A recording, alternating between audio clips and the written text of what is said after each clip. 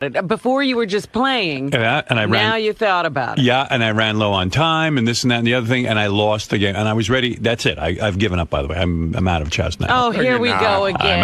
I'm out. It's enough. Why? Because I'll never, you know what? It makes me feel bad to lose. I'm a sore loser. That's what's going to make you better. Oh, man. It sounds a lot like golf. Like people play golf and they suck, and then you have a good day, and that keeps you going. But I was on a roll, and I lost it. I just lost it. So who were you playing when you were on this roll? I was playing very high-rated players. Really? I was beating 1,800 and 1,900 level players, and I was almost 1,800, and then I choked. And so you're going to give it all up? I'm ready to give it up. I've reached. That's it. Please. Done. What do you mean, please? You enjoy it so much. You love your ball. No, it's just like Tiger Woods should never quit golf. When I was watching the Jets, I thought, wow, it's analogous to what happened to me yesterday. I'm playing, and I tightened up. Granted, I mean, the Jets aren't the team that, they don't have the experience that the Colts have. And right. It took Peyton Manning how many years before he won a Super Bowl? A bunch. Yeah. You know what the weird thing is, too? You know, they have a rookie coach, the Colts do. Right. And as far as I could tell, Peyton's coaching that team. Right. He seems to call the plays. Mm-hmm. He gets to the line of scrimmage. Admit that. He moves everybody around. It's almost like that guy's just there to make sure everybody gets there on time. Well, you want to know something? If it's he working, gets him on the bus. Sometimes a guy who knows not to tinker is the best guy. You're right. Know? It's like when I was at NBC. I make this analogy now. When I was at NBC, they just needed a general manager to get out of my way and just make sure he facilitated us. But no, we got the incubus. We got tinkerers. We got incubus. John, the evil one, Hayes, who just had to teach me, going to rearrange Robin's news.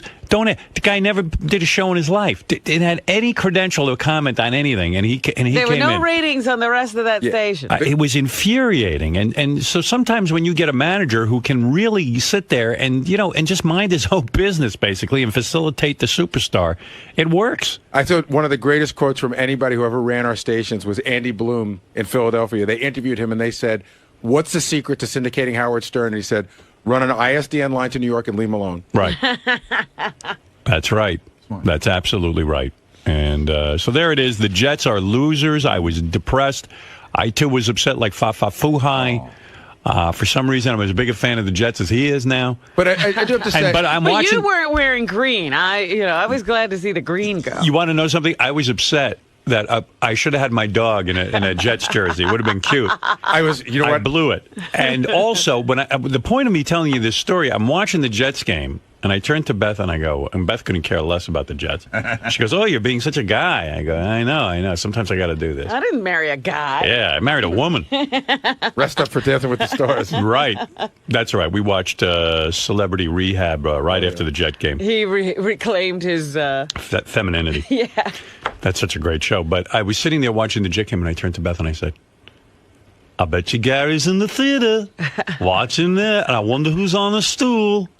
And how did the seats go? What seat did you get? So I was in the front row. Good for you. Yeah. And is the front row the best seat? Because I would think it's too close. It's not too close, but it's easy for me because I'm up around. I get very antsy and I'm up in and out and stuff. But if you're up and out, why shouldn't you be in the back so you don't disturb the people who want to? No, I'm right near the door.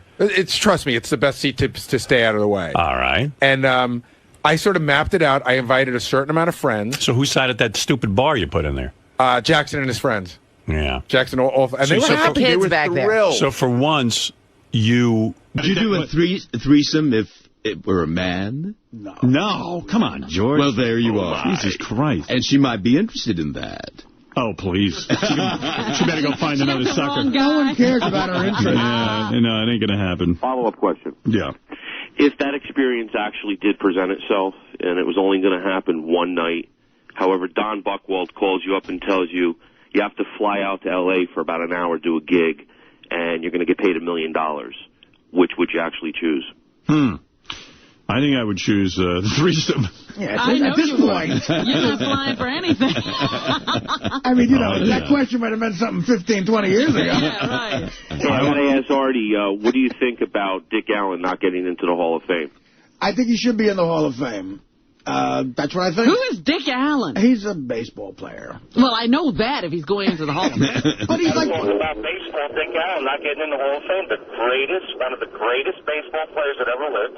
Hit 2 inside the park home runs and runs. What am I listening to? I don't know. What is that, sir? You just switched to another show. No, I think if certain people are in, if Pee Wee Reese is in the Hall of Fame, Dick Allen should be in the Hall of Fame. Put it that way. I know Pee Wee Reese. Yeah. I don't know Dick Allen. Matt, go ahead. You're on the air. Hello? Yeah, Montreal. George DeCabe joining us this morning. Also, we're back live. If you. Hey guys, it's an honor to speak to you this morning. Thank George, you, sir. I just wanted to say, George, can we tone down the attacks on William Shatner? It's enough already. Oh, I'm not attacking him. I actually tried to defend him. You're totally attacking him every chance you get. You're kissing Leonard Nimoy's ass. Yeah. Well, I'm sorry it came off that way. He can't love Leonard without kicking Will. No, listen, I'm from Montreal. What have I said about Bill that you thought was an attack? Well, I think every time you've been on the show, it's been... No, you don't even have an example. Matt, I haven't said a thing that was derogatory toward with George anyway. What? Who really knows what story is true, or, you know. You think George is a liar? You don't believe me. Well, no, I just think you have an axe to grind with William Shatner. And I'm absolutely not. I'd say, give it a break. I try to be as factual as possible. He's a charming guy. He knows how to use his charm to get what he wants. He's a very fascinating actor. I've always said positive things about him, except where it comes to his ego. Howard, you've had George on the show how many times now? I recognize your voice. Aren't you Timmy Shatner? On Island. All right, Clay, you're on the air. Hi, Clay, you're on the air. Yo, hey, Howard. Hey, now. Bubba's worried he's going to get fired. What? He's going to get fired. He's podcast Willie or something, man.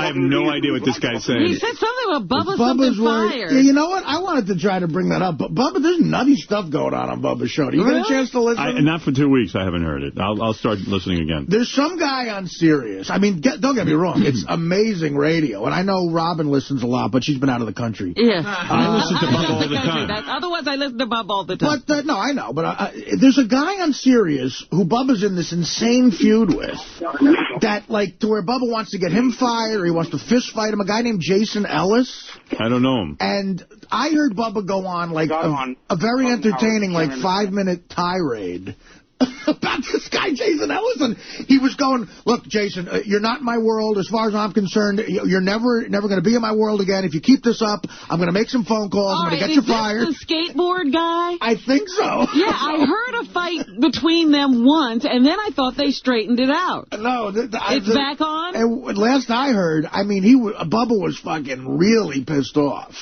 Well, look, it's funny. Bubba is who even knows this Jason Ellis? I know, but it is funny. When Bubba's mad, it's hilarious. What's funny is that, Tim walked in today and he goes, look, I just got back from vacation. I don't know what's going on. He goes, listen, if anybody calls in about Bubba, he goes, I just want to fill you in. I go, well, what are you filling me in about? He goes, Bubba thinks he's going to get fired, but he who's going to fire him? I guess Bubba had, the story Tim was telling me, Bubba had, someone from management told Bubba, the rules of broadcasting on Sirius or something, and then right away Bubba interprets that he's getting fired. So he goes on the air and says he's going to get fired. He doesn't know how long he's going to be here. That speech. And it's I think Bubba likes to set it up that he's always under attack from management. Absolutely. That's the Bubba thing. Yeah. And I get that. I mean, for many years I was under attack by management, but I really don't think Bubba is under attack by management. Right. But he might be. I mean, I don't know what's going on. I don't know either. Tim kind of implied to me that, it's Bubba just thinking he's under attack. Yeah, Bubba's paranoid. That's why we fly Bubba in every couple of months to get rid of the paranoia. It's to cleanse him of his paranoia because he really gets off on these jags. Right. And then Tim goes, it's probably time to bring Bubba in and let him just hang out and see that we love him. There was one day I'm listening to the show and they start talking about Beth and what's his name? Brent said, look, if you continue this conversation, I'm leaving the room. Right.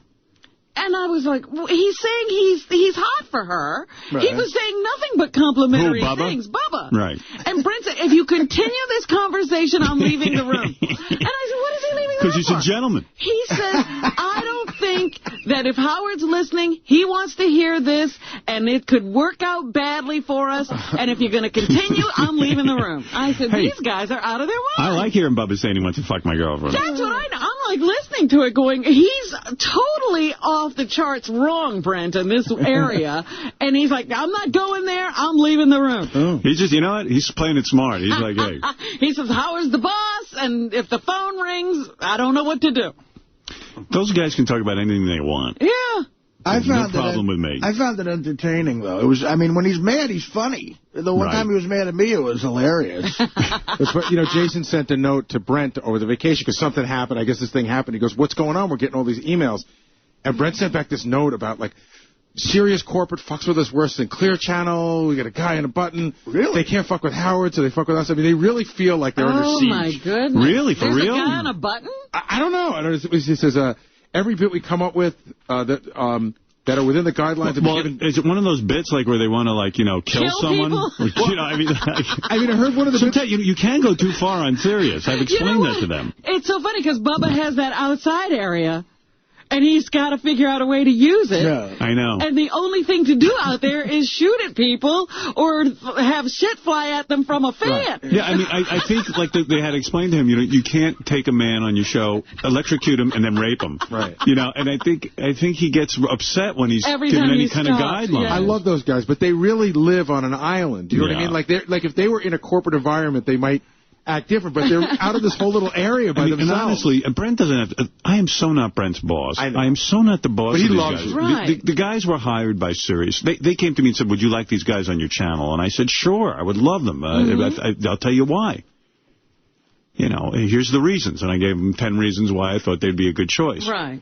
And but the guys keep calling me their boss. I know. They have this whole thing about you being, you know, like some guy who's going to put the hammer down on them. know, and I'm not. I'm not their boss. But you know that Brent, like, loves you. I mean, he really loves you. I love Brent. I really think he's a terrific producer. I said, if anything ever happened to you, I'm bringing Brent in. Right, but when they talk about... steal him away. Well, that bothers Bubba, too. Because he says Brent would go even if Bubba was still on the air. Of course Brent would go. What are you going to do? What do you mean, leave Tampa and come to New York? Well, they don't seem to love doing that. No, I think Brent's very loyal to Bubba, but he'd have to come with us. He's so loyal. I want Fabrizi. He sounds like fun. Fabrizi. Yeah. Bubba's like, hey, why are you take me? But you're the Bubba show. Now, make me a producer. Also, there was another thing, and I don't have an update on this, but he wasn't a feud with Levy, too. Who? Oh, really? Bubba. No. Yeah, to the point where they were going to fight, a wrestling match. Hey, the Bubba gun or something? Yeah, exactly. I would love to see that. That I don't have an update on. All right, I got to take a break. I don't know, we're all over the place, but that's a good place to be. And we'll be back right after these words. By the way, George Takei is here. George, you want to announce? I don't even know if you're ready to announce. Are you? You are. Hold on. Matter of fact, be happy to. Okay, go ahead. Let's throw it over to George Takei, who's here all week. This is a live show. We're back from vacation, and George, take it away. This is George Takei. Did you know that in Tokyo they sell toupees for dogs? And I think Bill Shatner bought about 1,000 of them for all of his bald dogs. Got that attack into Bill Shatner. Hey, by the way, thank you, George. For those of you, for the guy who called in and said that George Takei doesn't speak kindly of William Shatner, that is not true. In fact, we have many clips from past appearances where he said nice things about William Shatner, and here's a few of them. One night, William Shatner stroked my goodies. One night, William Shatner looked down at my wang, and it grew and grew. Said some very loving, nice things about him. One night, Bill Shatner plunged into a black, pot-bellied teenager's wang. And then remember the time you said this. William Shatner reeks of urine. Wow. That was That is very sexy. William Shatner is in love with my boyfriend's firm ass cheeks. I put my wang down and I opened my cheeks wide and sank firmly onto Bill Shatner's tiny unit. So romantic. You didn't have to say tiny there. So there's a sexual connotation between me and him. Well, there's a tension, yes. William Shatner loves James Wood's gargantuan unit. Holy jeez, it's hot in Bill Shatner's behind. One night, William Shatner dutied on a gesticulating cowboy. All right, enough of Where that. did you get me saying all those things? That was the last time you got drunk. I love black wag, I love black wag, I love black wag. I love black wag, I love black wag, I love black wag. I love black wag, I love black wag. I love that pause, black wag. All right. Good to have you here, George. Good to be here You bet. between Artie and Benji. Wait, while we were on vacation, it was Richard and Sal's task to find out how far a funeral parlor director would go in terms of a weird funeral. Really? That's right. That was their task, and they've completed it. And now, like school, I'll play you their homework. We call this Odd Request Funeral Home, and let's listen in. Chapel, this is Joe. How can I help you? Hey, Joe, how are you? Fine. My name's Ed Norris. I'm here with my sister Edwina Norris. Our grandfather just passed. Well, I'm sorry to hear that. What was his name? His name was also Ed. I'm Ed the Third. Mm-hmm. Okay. Hi, sir. I'm his sister. I'm on the other line. How are you? I'm fine. We want this to be a celebration of our grandfather's life. Well, that is not a problem. We can accommodate you. I just like that all these guys think that Richard's a woman. I don't know how that happens, but, yeah, they all go for it. Those are the amazing things about these calls. I just want to say that, yes, hi, I'm the sister. Hello, ma'am. Hello, ma'am. I mean, that's my favorite part. I'm a woman with an accent. Yeah. Wishes any way you'd like. Well, some of the ideas we had, we just wanted to run by to make sure it was feasible with you guys. Mm-hmm. Our grandpa, he made a living for about 30 years as a clown. He was Bongos the Clown from the carnival. Do you remember that? I haven't. I'm sorry. Well, we thought it'd be real nice if we can dress Grandpa back up again as Bongos the Clown and have the grandchildren come in and they can throw balls at the dunk tank and try to dunk Grandpa like they used to do. Is it possible that we can do this? Normally, once we put the loved one in the casket, we usually don't take them out. Would we be able to put the whole casket in the dunk tank? I've never heard of anything like that. I don't think it's physically possible, sir. Put the casket in a dunk tank.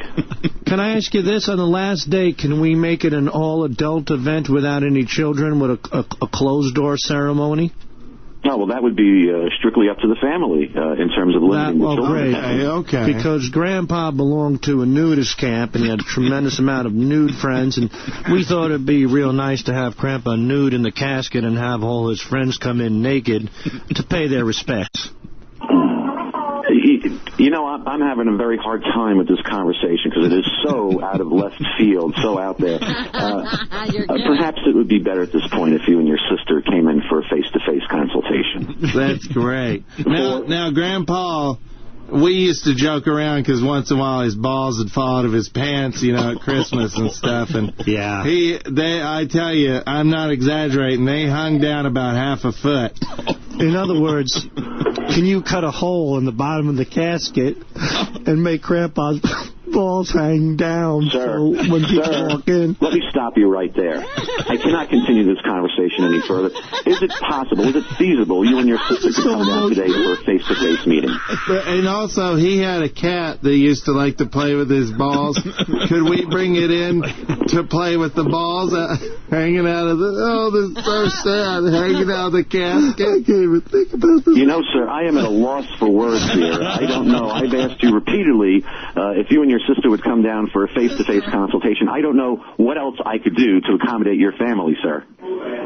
Golden showers permissible? Sir, I have no idea what you're talking about. You used to pay Boy Scouts to urinate on them, and you wanted to...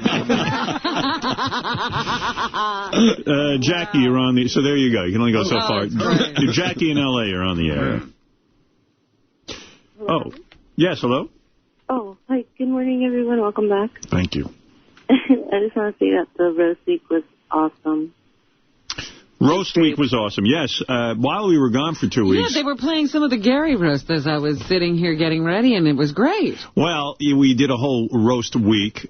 We put them all together. It was like a marathon of roasts. Wow. Also, there was a music special on the 4th of July. How was that? Because I didn't get to hear it. I heard a lot of it, and it was great. John Hine put that one together. Great job. It was really good. We added 200-something new songs. Wow. I don't know the exact number, but... it was pretty spectacular, and, the idea that the show plays all day, we can do these special weeks, and, it really is spectacular. And the guys are busy working on a special that I think is going to be the best of all time, which is the history of the Howard Stern Show. A chronological history. Yeah, it's pretty wild. It's going to be a 2-week special. So, thank you. I'm glad you enjoyed Roast Week. Actually, do you know if there's going to be a Sal roast? Because that seems like it's going to be awesome. The Sal roast? Yeah, someone said right before vacation, now's the time to do a Sal roast with all his problems with his wife and everything. Emotional friend. And I think Artie brought that up, and I think it's a really good idea. It is just, though, ruthless. Yeah, we have to rush to that. Oh, my goodness. That's going to be, dangerously violent. Yeah, we should do that. Gary, is there any talk of the Sal roast? I just wrote it down. I'll talk to you about it afterwards, but I can start on it right away. He's particularly vulnerable right now. Yes, he is. That's when we should hit him. He's like a wounded animal right now, so I would imagine that would be good. Howard, can I roast? Yes, of course. Sorry, Jackie, go ahead. Oh, okay, thanks. I saw Beer League, Artie, and I really think, I know you hate everyone telling you about your weight, but you should really try. You look pretty good for... Artie Lang at that weight. What a compliment. Thank you, sweetie. Was that a compliment? I'm not sure. It was qualified. I look pretty good for Artie Lang at that weight. Let's try to deconstruct that. All right, thank you. And you're not you're not a 10, but... Thank you. I understand. Thank you for attempting that. Well, I think there's a compliment in there somewhere. Yes, thank you. Thank you very much. Thank you. Thank you. Let's hear from Lisa G. Then I got to take a break, and then we're going to get to lots more show. Lisa G. is here from the Howard 100 newsroom, who hasn't been with us in 2 weeks, and I'm anxious to hear what she has to say. There was well, you get more fan mail, Lisa. Every time your picture's up on the website, the guys all want to have sex with you, and really, it's wild. I was reading something. Right, Fred? Yes, sir. Does she get, more fan mail than anybody? She gets the perverted ones, too. Or the very romantic ones, I should say. They're so mean to me, usually. No, I don't believe you. Are you kidding? This is love. Listen to this. Lisa G., and this is quite sexual. Lisa G. is a cougar. I would love to bang the shit out of her. Oh, this is a young guy. I saw her picture on howardstern.com from yesterday with that mongoloid JD. Tell Artie to lose some weight, and maybe he could get her. If not, send her on a news trip to Toronto, and I'll do her. So, how old is he? I don't know, but he wants you very badly, obviously. And you've become quite a sex symbol, evidently, just through the website. Not today. I have a black eye. Can you see it? What happened? You got a bandage and a black eye? What's the matter? You didn't listen to your boyfriend? No, Remy Ma beat me up. I had some precancer cells removed from my hair. Oh, that's hot. And they had to stitch me up. Look, I'm all bruised and... Wow. Well, don't come in. That just makes everybody feel sad. Pre-cancer cells? Yeah. What does that mean? If you have cancer, you don't with pre-cancer cells? Well, it was heading in that direction. Like a mole? It was just a bump, and I looked at it one day, and then all of a sudden it was 2 bumps, and I went to get it checked out, and he said it's got to come off. Yeah, but it's not cancer. Everyone likes to pretend they have cancer. Didn't you have something like that where they took off something? They took off, I had a little thing, but, I'm pretty sure, I'm pretty positive. How do they know that's going to turn into cancer? Well, they're predicting. I'm pretty positive I have a pre-cancer liver. I think it's cirrhosis. I don't think you can take that out, though, Artie. I don't think you can live without that. Well, you look all right. We're happy to have you back here. Thank you. But don't try to get us all How's down. Dr. Keith going? Oh, great. Oh, yeah. How was your meeting? Saw him just before we left. We're now having sex. Did you meet? We met before I had to fly a couple weeks ago. And is that the last time you saw him? Yeah, we talked on the phone. Oh, you talked you've talked to him on the phone since but then? not like a session to try to... I don't know. He said, if you have any stressful days, try to call me. So, That's every day. Yeah. Is he on a... You should have a hotline. You just pick it up technically, I sort of do. No, I said, well, like, tomorrow I have to do Conan O'Brien. So That's I said, a stressful day. Yeah, I said, so what... I said, maybe... I'm usually all stressed out. Maybe you could give me some insight into that, why I'm stressed out. So Because you got to go on fucking national TV and be funny. Let him try that. That's what I'm thinking. I'm telling you what the fuck it is. But he claims it's like, no, there's ways to combat that. There's ways to deal with that. Quit show business. No. You know what they do? They say you can change those feelings. Anxiety and anticipation feel like the same thing. It's just in the way you interpret it. So it could be great anticipation or it could be great anxiety. See, that's what he's saying. Stuff like that. Yeah. Who understands that? That's not going to turn... I don't know one thing Robin just said. That's not going to turn an unfunny story into funny, though. Yeah, exactly. So let me just get this straight. Before we went on vacation that day... I actually, right after the show, I went and had lunch with him. Right. How is that a session when you're having lunch? Well, it doesn't sound really like therapy. I paid for it. It was probably... Oh, that is therapy. If you're paying, it's therapy. Yeah, exactly. So you sat, and how long did you have lunch? And you're telling him your story over, like, at a restaurant? Well, it's like Robin's saying. Like, I've never... there's all those watchwords and catchphrases they use, like you're anticipating this or anxiety, this, blah, blah, blah. So he said to me when we first met, he goes, what days are even way more stressful for you than most? And I'm like, well, days I have to, do the show and travel, or do the show and do something else, like a Conan or a Letterman or whatever the hell it is. And he's like, okay, well, there's totally ways where you can take that stress almost completely out of your life. No, you don't want to take it out. Creative stress. I mean, you're a creative George, guy. don't confuse him. That's He's a doctor, George. Now, I don't know where you got your credentials. Well, that's stay on target here, Artie. So he says there's ways to undo the stress. There's ways to deal with it way better. He goes, so how do you deal with it? I'm like, usually I just pace for 6 hours till the car picks me up. Or you take heroin or you eat. Yeah, I take heroin or I eat or I drink. Exactly. Other things you could do. Yeah. I medicate myself. Right. And what do you think about that? Well, he thinks that's awful. And it is. Right, exactly. So we're working on that. But again... Use your stress. I mean, I should call George. Too many pots. Well, wait a second. Maybe George has got something. Too many chefs. I've been using my stress. I have, but... in a bad way. It's killing me now. Oh, well, that's not good. As long as you can make it creative and get funnies out of it, then it's good. Do you feel you've changed on the air creatively since you've been in therapy in any way? No.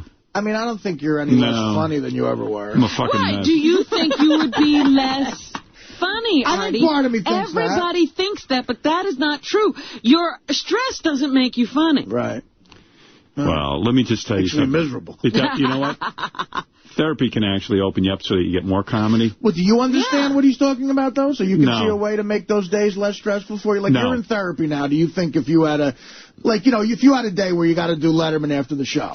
There is a way, yes. There's a way, but you meditate and stuff. But you are destructive. That's what you need to change. Right. We approached it a different way. Like, I used to have this thing where I felt all this stress going on like Letterman. Right. And then suddenly I started to think, like he started talking to me about, why the hell am I going on Letterman? Like I'm some kind of beginner. Right. You know what I mean? I told you about this. Yeah. And it was kind of like, I've done some shit in show business. And believe me, so have you. Well, that works now for you. It can work for you, too, believe me. But you're still doing the same thing you've always done. And you obviously kill on these shows. They want you because you're good. Right. I know that puts more pressure on you every time to top your last appearance. But you have a certain level of expertise you're not acknowledging. Right. I refuse to ever acknowledge. That's right. Matt, you're on the air. Go ahead. What's up? Hey, what's up, Howard? Hey, now. What's up, guys? I got to tell you, Howard, I get Us Weekly delivered to my house. I got it for my wife. So I go in there. We leave it in the bathroom. So I go in there, drop a deuce, and I start reading the magazine and see Beth. Yes, she's in Us Magazine. They called her up. They put a picture of her in a bathing suit in there, asking her how she loses weight or how she stays in shape. That's the magazine to be in there. That's a hot one. It's a full page in Us Magazine. Oh, nice. Yeah. So this never happened before. So I immediately, I don't know how I did this, but lost the urge to take the deuce and just rubbed one out right on the toilet. Oh, Wow. Really? You switched. You blocked out a bodily function. Yeah, you switched. Can I tell you something? That's horny. That is the greatest compliment you could give to a woman. I'm going to tell her tonight. I'm going to tell Beth that. That is horny, man. And I was with my wife, you know, normally I'm in there for about 25 to 30 minutes. I came out in about, I don't know, like 52 seconds. Wow. And I couldn't, my wife could not even believe, you know, it didn't even stink in the bath, nothing. It was amazing. Well, she's also on the cover of the Hamptons magazine this week. It was a big week for Beth. Did you go, I noticed in the paper you guys were going to a party Saturday night. They mentioned that you were going to a Hamptons. Well, they had a party for her. But it was just a little cocktail reception where I had to talk. You know what I think once a year I have to talk to Extra TV, and you know, it's for me to show up and talk to Extra Television because basically that's who's there and a bunch of paparazzi guys. And I look horrible and she looks great. I've been on vacation. I didn't shave. My fucking hair look a mess. You know what I think of when I see that article in the paper? I'm reading that going, oh God, I wonder if Howard's miserable. Oh, please.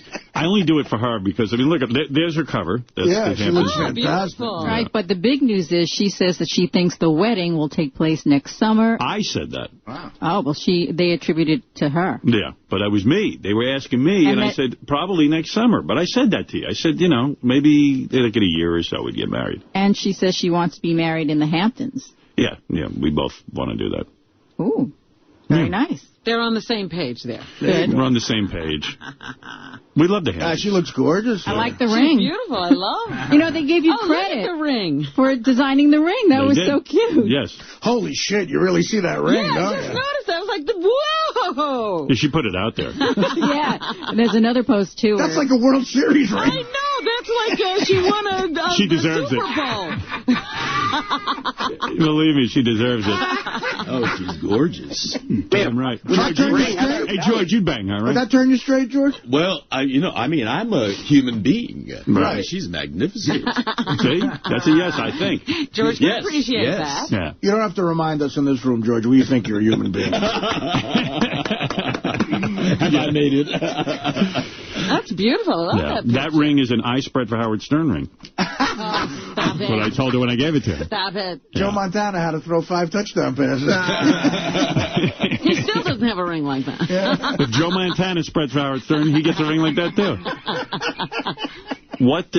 Fuck that ring. How about her belly?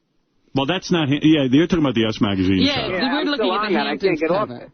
Yeah, that's a good shot. I must say, her picture on page 6, too, the other day, the article I'm talking about, was usually on page 6 is that black and white thing, but she really looked... Where we saved the bird? She looked stunning. You saved the bird? Yeah, and then it got a little gay. I don't want to bring that up. You saved the bird. The bird? Even my mother said to me last night, Jesus Christ, you can't do anything on vacation without it being reported. It was a little weird, like almost like it put you guys up in like an angelic status. Well, like you saved a bird.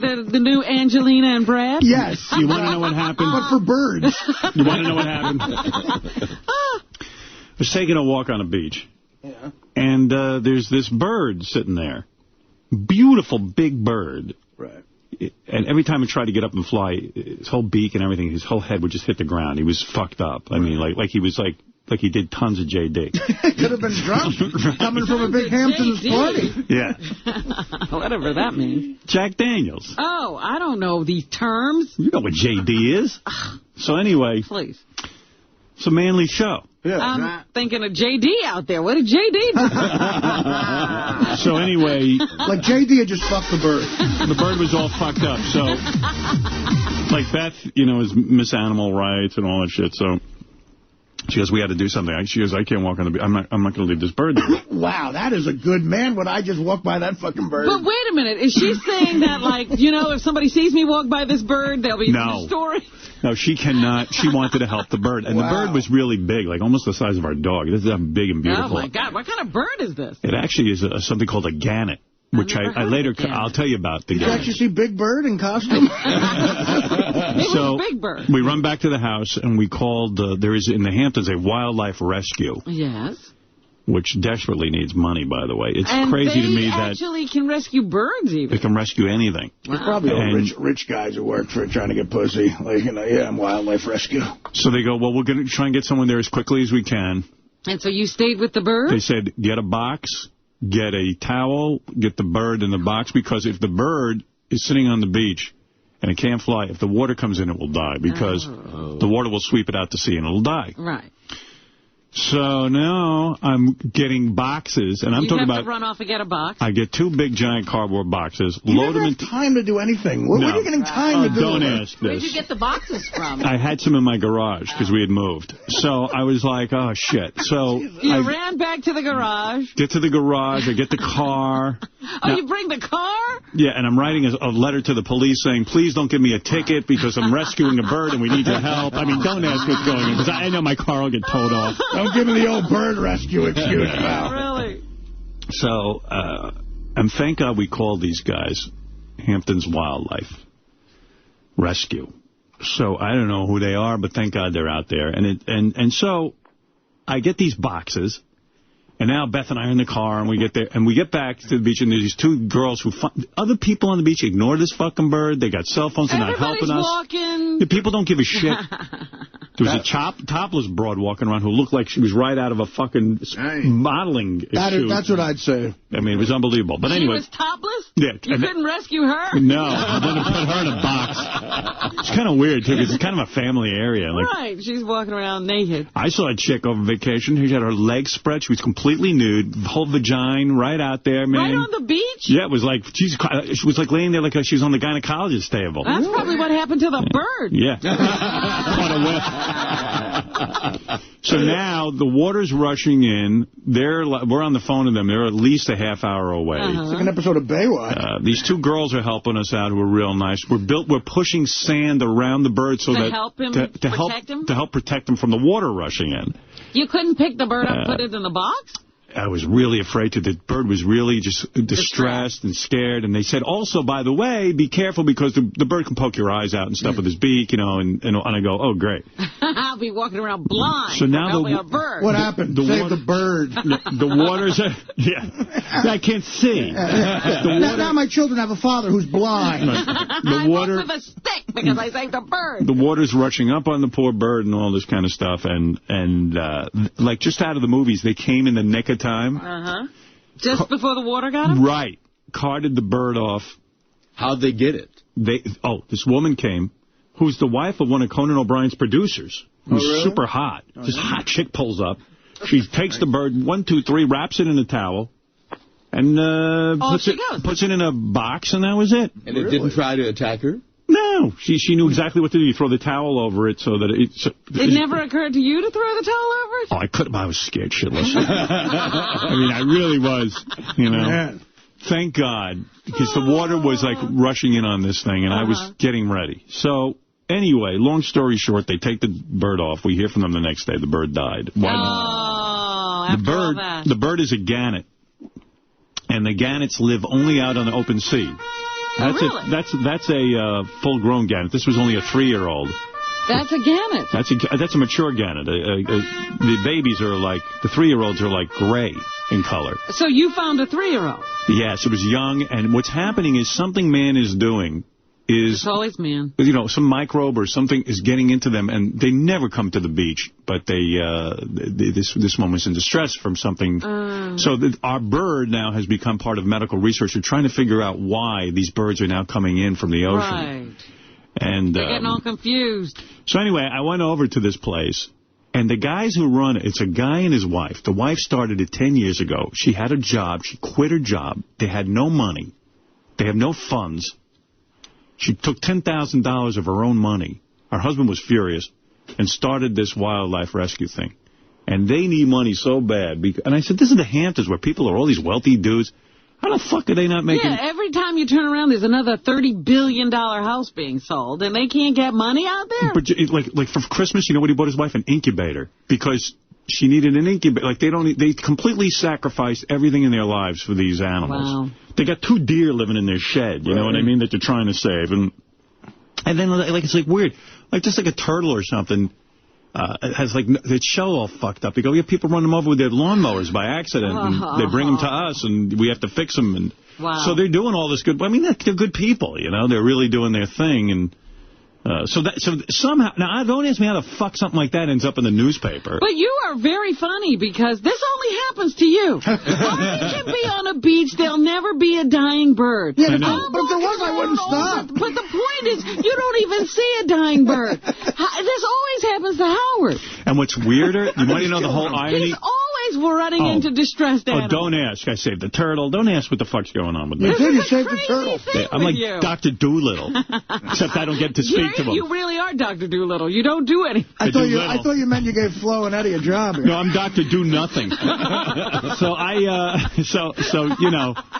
Anyway. Well, doctor, here's a distressed creature right here amongst us. Oh, he's not an animal. He's not a cute He doesn't care about you. Creature. But so anyway, then we go home. And what's for lunch is chicken. So I said to Beth, this is crazy. I'm about to eat a bird, but I just saved a bird. And meanwhile, she's eating tofu because she couldn't stomach the idea of a bird. And she goes, she said, every time I'm about to eat, she goes, oh, you're going to eat a bird? I'm going to throw up now just thinking about it. Oh. So now you're off chicken? So we had our first fight. I go, if you keep bringing up this fucking bird, I'm not going to be able to eat my chicken. You two are funny. I mean, it was real. I mean, you know what I mean? I just saved a bird and then I'm eating a chicken. So how the fuck does that compute? The irony of life. Right. Do you eat chicken? I do. Yeah, me too. I love chicken. I love it. Well, it's not a gannet or whatever you call this. No, we don't eat gannets. It looked pretty tasty. Lisa, go ahead. You know what? In France, I ate a pigeon. Oh, that's wrong. How was that? In New Orleans, I ate a goat. Oh. It was delicious in a high-end restaurant called August. Remember that? In Jersey, I ate a pizza. I can't say that pigeon was all that. In India, I ate a black person. What do you get a black person? What, you ate like a Parisian pigeon? They serve pigeon. It's one of the delicacies. Oh, yeah. Frog's leg. Frogs, I ate that too. Let's find some shit and they'll eat it. In Germany, I ate 3 Jews. They're rather tender. Tastes like chicken. The Jews are rather fatty. Jews taste like a chicken. Hey, Howard. Yeah. You see, how about Rebecca Romaine tying the knot over the weekend? I saw that. I didn't see that. You didn't know they got married? No. They got married this past weekend, quietly in L.A., I think. It's about time. Who'd you marry? Jerry O'Connell. Jerry O'Connell did. Oh, that's right. Thanksgiving dinner with that goofball brother. Yeah. Hey, we owe someone on our staff a congratulations. Who? For getting engaged. Jason. Jason got engaged while we were away? Jason with the hairy back, Jason. Wow. I'm wondering if you would marry me. Yeah, I was right. I wanted you to bust his balls. Really? How'd this go down? Listen, it's the 7th inning stretch. It's time to propose. What did he cook up? Yeah, I don't know if... He said he was close. What kind of ring can he afford? You don't have any money to get a ring, right? Yeah, how do you get married? Yeah, how did you get married? I went to the great Steven Singer, who helped me get a ring. Nice. A beautiful ring. Really? It was awesome. No, I had totally romantic proposal. I got totally naked. And, did you? No. Okay. I put it on the end of my cock, and I said, here's the ring. Suck it off. She always wanted to get engaged on Christmas, so when she was at work, I did the whole house up like Christmas. I put the tree up and got presents and all that stuff. She came home. We had a little Christmas. Aren't you a Jew? I could have waited 6 months. You celebrate killing Jesus? Christmas is pretty much a secular holiday. Right. Yeah. So, anyway, yeah. So. You're telling yourself that when they march into another. Right. Secular. Well, congratulations. It's a treat. Thanks. Yeah, it was awesome. So, that's Wasn't your revelation last year with her that you didn't want to have sex with her? That you like to just... Not exactly. It was 2 years ago, and it was that sometimes I'd rather jerk off instead of having sex because it's easier and quicker. Sometimes I'd rather watch Will Murray sleep nude. Sometimes. That marriage should go real well. No, things have changed since we moved in. It's good. Don't worry about it. Yeah, no, I'm excited. You still beating off a lot? Or? Oh, yeah. I beat off last night. That'll continue. What are you going to do? It's life. I beat off again to Savannah Sampson. Boy, that girl can fuck. My God. What were you watching? Were you watching her porn? Yeah, well, yeah. What do you think? I don't know. Maybe you have pictures of her fucking in your head. No, I never had the I have pleasure. some of those in my head. I do. No, I got home. Beth didn't come back with me, so I was. I said, what the hell? I have Savannah's first porn that she made when she left Scores. It's called Savannah from Scores. Mm-hmm. Oh, really? I thought it was that one where she got beaten by that guy. No. Spit on. What is his name? Rocco? That was like 3 porns later. Oh, you're kidding. Yeah. And, God, Boy, she looks good when she has sex. That was later that day when she shot her third porno. She has this move when a guy's banging her. She plays with herself while she's doing... Like, I wonder, does that speak well for the guy? Like, if the girl has to play with herself while he's doing her. I don't care about shit like that. I know broads do that. Yeah. I guess it's kind of hot, actually. My girlfriend has another guy while we're doing it. I sit in the corner. So what were the words you used? She came in. You had the house all decorated like Christmas. Yeah. She came in. She freaked out. She goes, "What'd you do?" And I said, just figured we'd have Christmas in July. I was bored today. So I got her some gifts. She was opening the gifts, and while she was doing that, I took the ring out. And I didn't even have to say anything. She turned around and screamed, and that was it. You weren't down on one knee. You didn't have to say anything. Did she scream like Belushi did when Belushi saw Flounder for the first time? Was she crying? No, she didn't cry. She cried later, she said, but I didn't see it, so I don't know if I believe her. She realized she was marrying me. You know what's really funny about this story? Jason, at Christmas time, right, for Christmas, he bought his girlfriend a pair of diamond earrings, right? Right. Which oddly came in the same sort of shaped box as a ring. Uh-oh. So she starts snooping around at the gifts and everything. She feels the box. It's in a teddy bear, and she's certain it's a ring. Right. Okay. In the meantime, these earrings cost Jason a fortune. It's like all the salary. So he's psyched. He says she's going to see these earrings. She loves them. She opens them up. She starts bawling, crying because it ain't a ring. She felt bad about that. So he, he really had to pull this one off quick. She's a lucky woman to get a guy like you. Totally. Yeah. You know, when I heard this, I must say that I had a feeling of, like, sadness in a way because, like, I'm single, you know. And, there's no one I work with who I could sort of roll with in a single way. Like, literally, I miss the great days with you. I know. Obviously, Benji and Fred are taken. Jason and Will, the younger guys, they're going. They're just dropping by like flies. I know. Richard hooked up, yeah. Who would I like if we go to Vegas? You can hang with George. It's me and JD. Yeah. There's a guy you want riding on your shotgun with you. That's the kind of start of a rat pack. I mean, there's nothing. I have there's no one here. Everybody's going to be envious of you and JD. Think about it, John Hine. There's not one option other than JD. JD's still single. And JD thinks he's not single. Right. He thinks he has a girlfriend. All right, so congratulations. Thank you, sir. That's big news. Thank you. Yeah, congrats. Thanks. So, you got a date and everything? Are you and Will going to have a double wedding? What's going on here? No, I don't know. I guess we're looking at next fall. So yeah, we'll see. Are you still on depression medication? Oh, yeah, big time. Yeah. She doesn't mind marrying a guy on medication?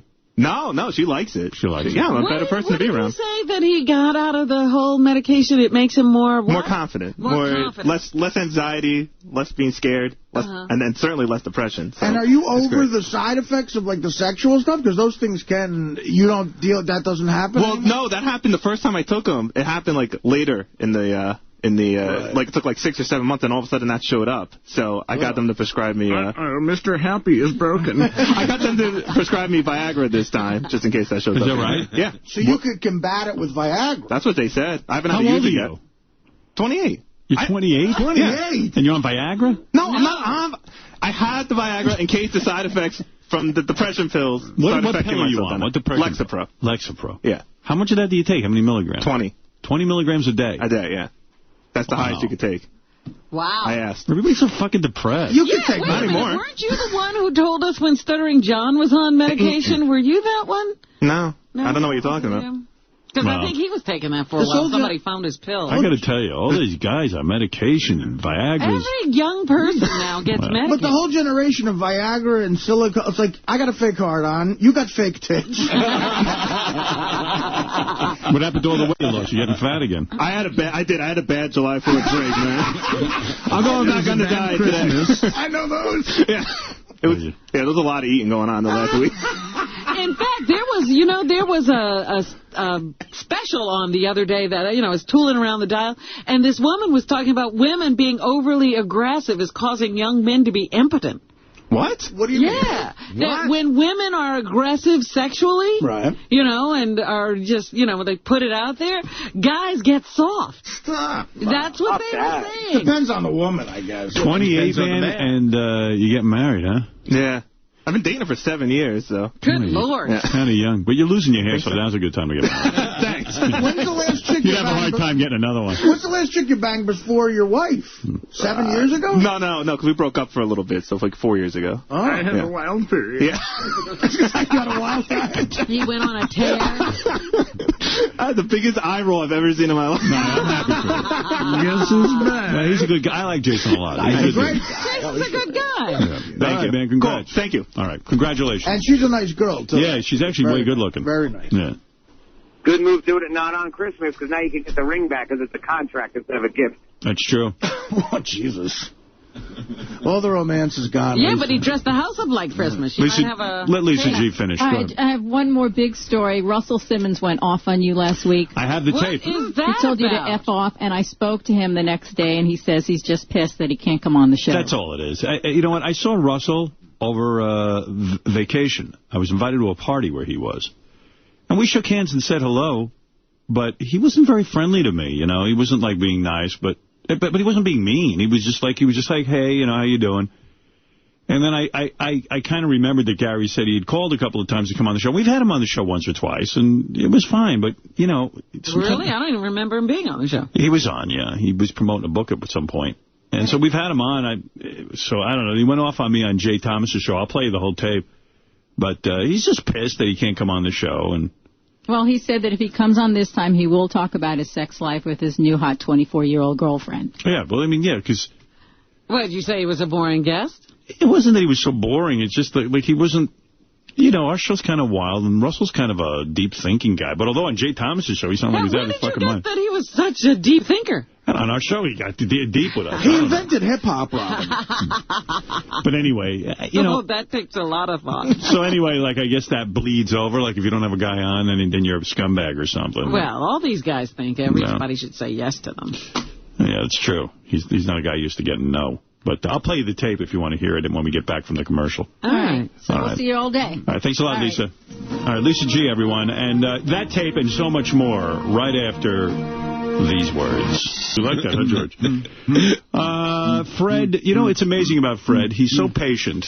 Here we've been back from vacation, an hour and 39 minutes. Well, there's a lot going on here. Robin's in France promoting books. You're saving birds. What did you do, Fred? Do you want to make a statement? I actually cooked birds, and I cooked steak. And I feel no guilt. Is that it? All right, there's Fred. I was teaching my daughter how to swim a little bit. Or trying to. All right. She's 4.5, so.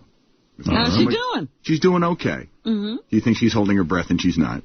Well, that was fascinating. All right, thank you, Fred. Well, now you've heard. Fred had a birthday while we were away. I sent him a note, happy birthday. We're never around for Fred's birthday. know. Thank God. That makes two of us. But by the way, George is in town. If he could do me a favor and go up to the Bronx and talk to Key Agawa to get him to pitch better. He's the pitcher for the New York Yankees. He's turning out to really suck. A lot of your people are pitching for the... My people, yes. Suzuki in Seattle. Our guy sucks, though. Yeah. Is that so? He's the sucky Japanese player. All right. Thank you, Fred. That was fascinating, and always good to hear from you. By the way, I think Howard's the one that's killing those animals. He's trying to get attention. I think I'm looking for press. I think so. Nobody else. I mean, it was hitting me. It's like Van Munch's proxy or something, whatever that thing is. Yeah. He's going out and he's hitting animals with the car. But it doesn't happen to anybody else. I don't know. I've been out there for many years. I haven't seen one dead bird out there. He walks down the beach one day. He sees a dead bird and a beaver. So I don't know. Wildlife seems to be attracted to me.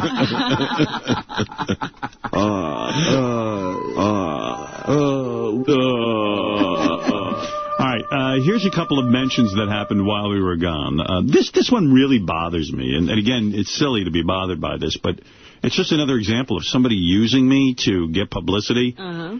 This is a guy, a report appeared on page 6 originally, and then it made its way to TV, as it often does, that I'm unhappy about a movie. That I've complained about a movie. I just want to preface this by saying I've never heard of this movie. I don't know what fucking movie they're talking about. But it's just another example of a guy just press releasing and using my name. Here it is, Robin. All right, let's do some entertainment news. That's right. Emily Francis. Morning, Good guys. morning. All right, Howard Stern not exactly laughing about a new movie. It's apparently poking fun at his popularity. The movie is called, and this is according to page 6, it's called Kung Fu Assassins. It features a shaggy-haired shock jock named Howie in the movie. Howie divorces his wife for a younger woman, gets kidnapped by thugs when he leaves his radio station for another company. One of Stern's on-air reporters reportedly called the movie terrible. The director says he's disappointed. Well, number one, so I looked into this. It turns out Steve Langford called the director. Right. I remember Steve announcing on one of his headline things that there was this movie. Yeah. Now, I'm sure this is one of those movies no one will ever see. It'll never see the light of day, and the guy's desperate, probably put up a bunch of money for it. Maybe they will see it. I don't know. Maybe it's the best movie ever made. I would have no idea. I don't have anything to do with this movie. But they sure know how to use my name, saying that I'm unhappy about the movie. I could care less about the movie. And I was sitting at home on vacation going, fuck this. You know, I was like, I don't even know what movie this is. And it makes me question if I could believe anything in the newspaper. Well, I'm sure they're deciding that because Steve Langford contacted them. Yeah, I have nothing to do with that. I mean, Steve's just looking for news. Steve's unhappy about the movie, not me. I really don't have any thoughts on the movie. Here is Rachel Ray. What is she, like a cook? She's a cook, a chef. Yeah. A good cook. Women and men like Artie love this show. Rachel Ray Show. Here she is. She throws in a comment about Sirius Satellite Radio. We're talking about our lists of things that we'd rather not live without. I'm working on my list right now, and I'm up to my music. Well, actually, I use this first thing over here for both music and entertainment. It is commercial-free, basically, radio. And I'm a Howard fan, so in my family we use the Sirius satellite radio. And I love these things because now they work almost like your iPod. You can store up a lot of great shows or talk or great music on whichever of the channels that you like. And then you can take it with you to the gym and push playback, and it's super cool. So it's like taking your radio with you anywhere. Very nice. Nice mention. Yes, very nice. You know, I was interviewed by Extra because I went to Beth's cover party for her Hamptons magazine, and so they must interview me for like a half hour. You have no idea. So, you know, I don't like doing that shit, but I do it for Beth. And then at the end they said to me, would you cut a couple of lines. Those lines they make you... Where you go, hey, Extra. I said, no, I'm not doing it. Well, this guy started to pressure me and pressure me and pressure me. And I kept thinking in my mind about when you had to do it. And I said, no, I mean... Hey, Extra, it's Robin Quivers. And every day there's a little bit less of me for Howard to love. I'm down 24 pounds in 21 days. Howard Stern sat... I mean... Wasn't there a new one, too? Where is the new one? That's the new one you just started to play. Oh, this one? I'm down 24 pounds in 21 days. Howard Stern's sassy sidekick Robin Quivers has transformed her body in less than a month, thanks to the Martha's Vineyard Diet Detox. It's the 21-day all-juice diet that has Robin crying for joy. I was in tears. I looked at myself in the mirror yesterday, and I almost didn't recognize the person looking at me. Whoa. You know what you do to combat that? You say something that there's no way they can you could just go like, the only thing I like better than cunt is Extra. They tell you what they want you to say, and it's all very, very gay. Always terrible. You know, hey, Extra, I have a urinary tract infection. You know, whatever it is. Something they think is your type of humor. Yeah, but it's like...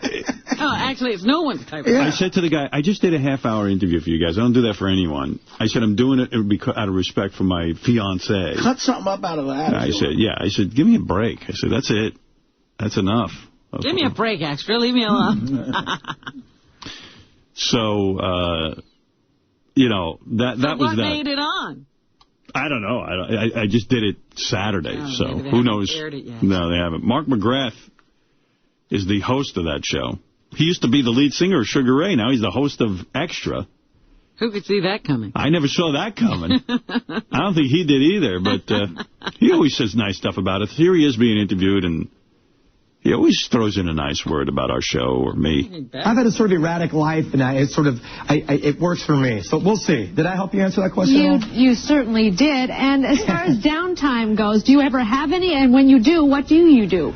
You know what I like to do? I I love my dogs. I love taking my dogs for walks. You know, my dogs just thoroughly entertain me at all levels of my life. And I grew up in Newport Beach. I've got a lot of family and friends down there. It's sort of in the OC, if you will.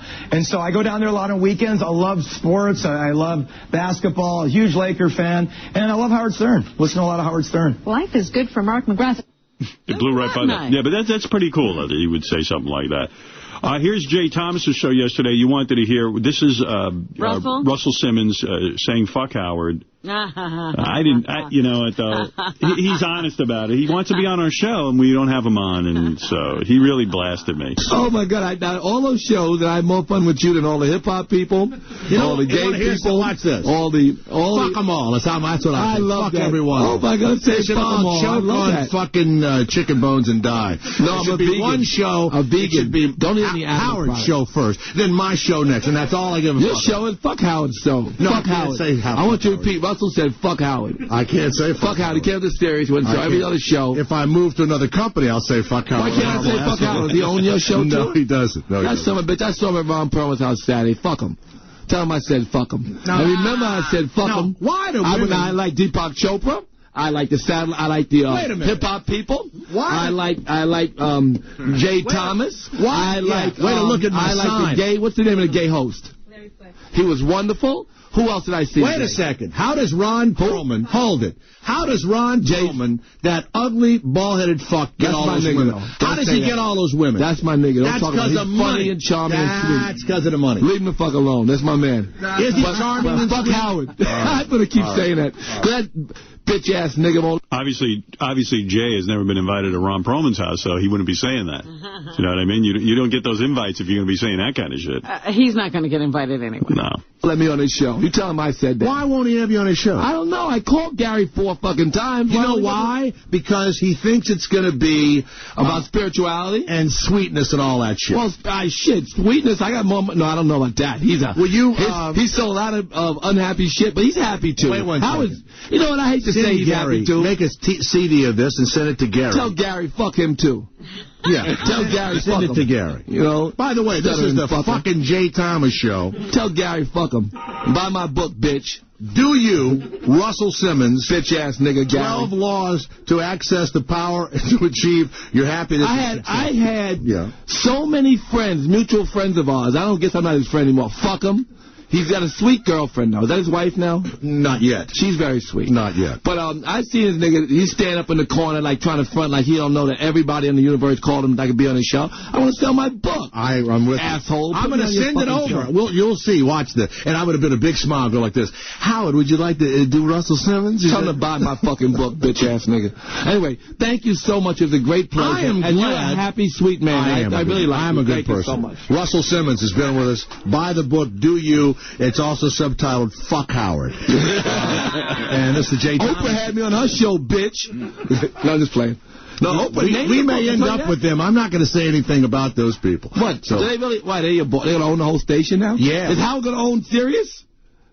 No, he's going to own Sirius. Tell him I said unfuck him. I don't think, is he going to own Sirius? Does he already pretty much own it? I'm pretty much he owns it. He had all the stock is like melted down and he owns it all? I'm not allowed to really make a lot of comments about it. You're a funny fucker. You're as funny as he is. No shit. No shit. The most you can say is no shit. He must really run a lot of shit about it. No shit. Oh, my God. You're as funny as Howard. Howard ain't funnier than you. He's got a long... I don't know. He must have just hit a nerve with some person with one joke. He ain't better than you. No, he spanks lesbians and all that, and he's uptight. Spanks lesbians? I do that. I know you do. I've been doing that all my life. He's up. Well, anyway, that was the... Well, that's funny, because I think he wrote a book about, how to do anything, be powerful. He can't get on this show. That's fine. How powerful is he? Anyone can get on this show. But that's I'm the call Beetlejuice's manager. So that's Russell Simmons. But I did see him, and I said hello to him. But he gave me... Apparently that was before he did the Jay Thomas show. Evidently it was after. Oh, no, before. You're right. Yeah. And he really didn't say it to my face or anything. Right. No, he didn't say anything to you that night. I shook hands with him. I said hello to him. I met a lot of famous people over that party. But I left early. I'm not a party dude. Plus, I said to Ron Perlman, who's a billionaire, I said, where's the food? There was no food? I'm hungry. Yeah, well, it was 9:30 already. They hadn't served dinner, you know. What time did they eat?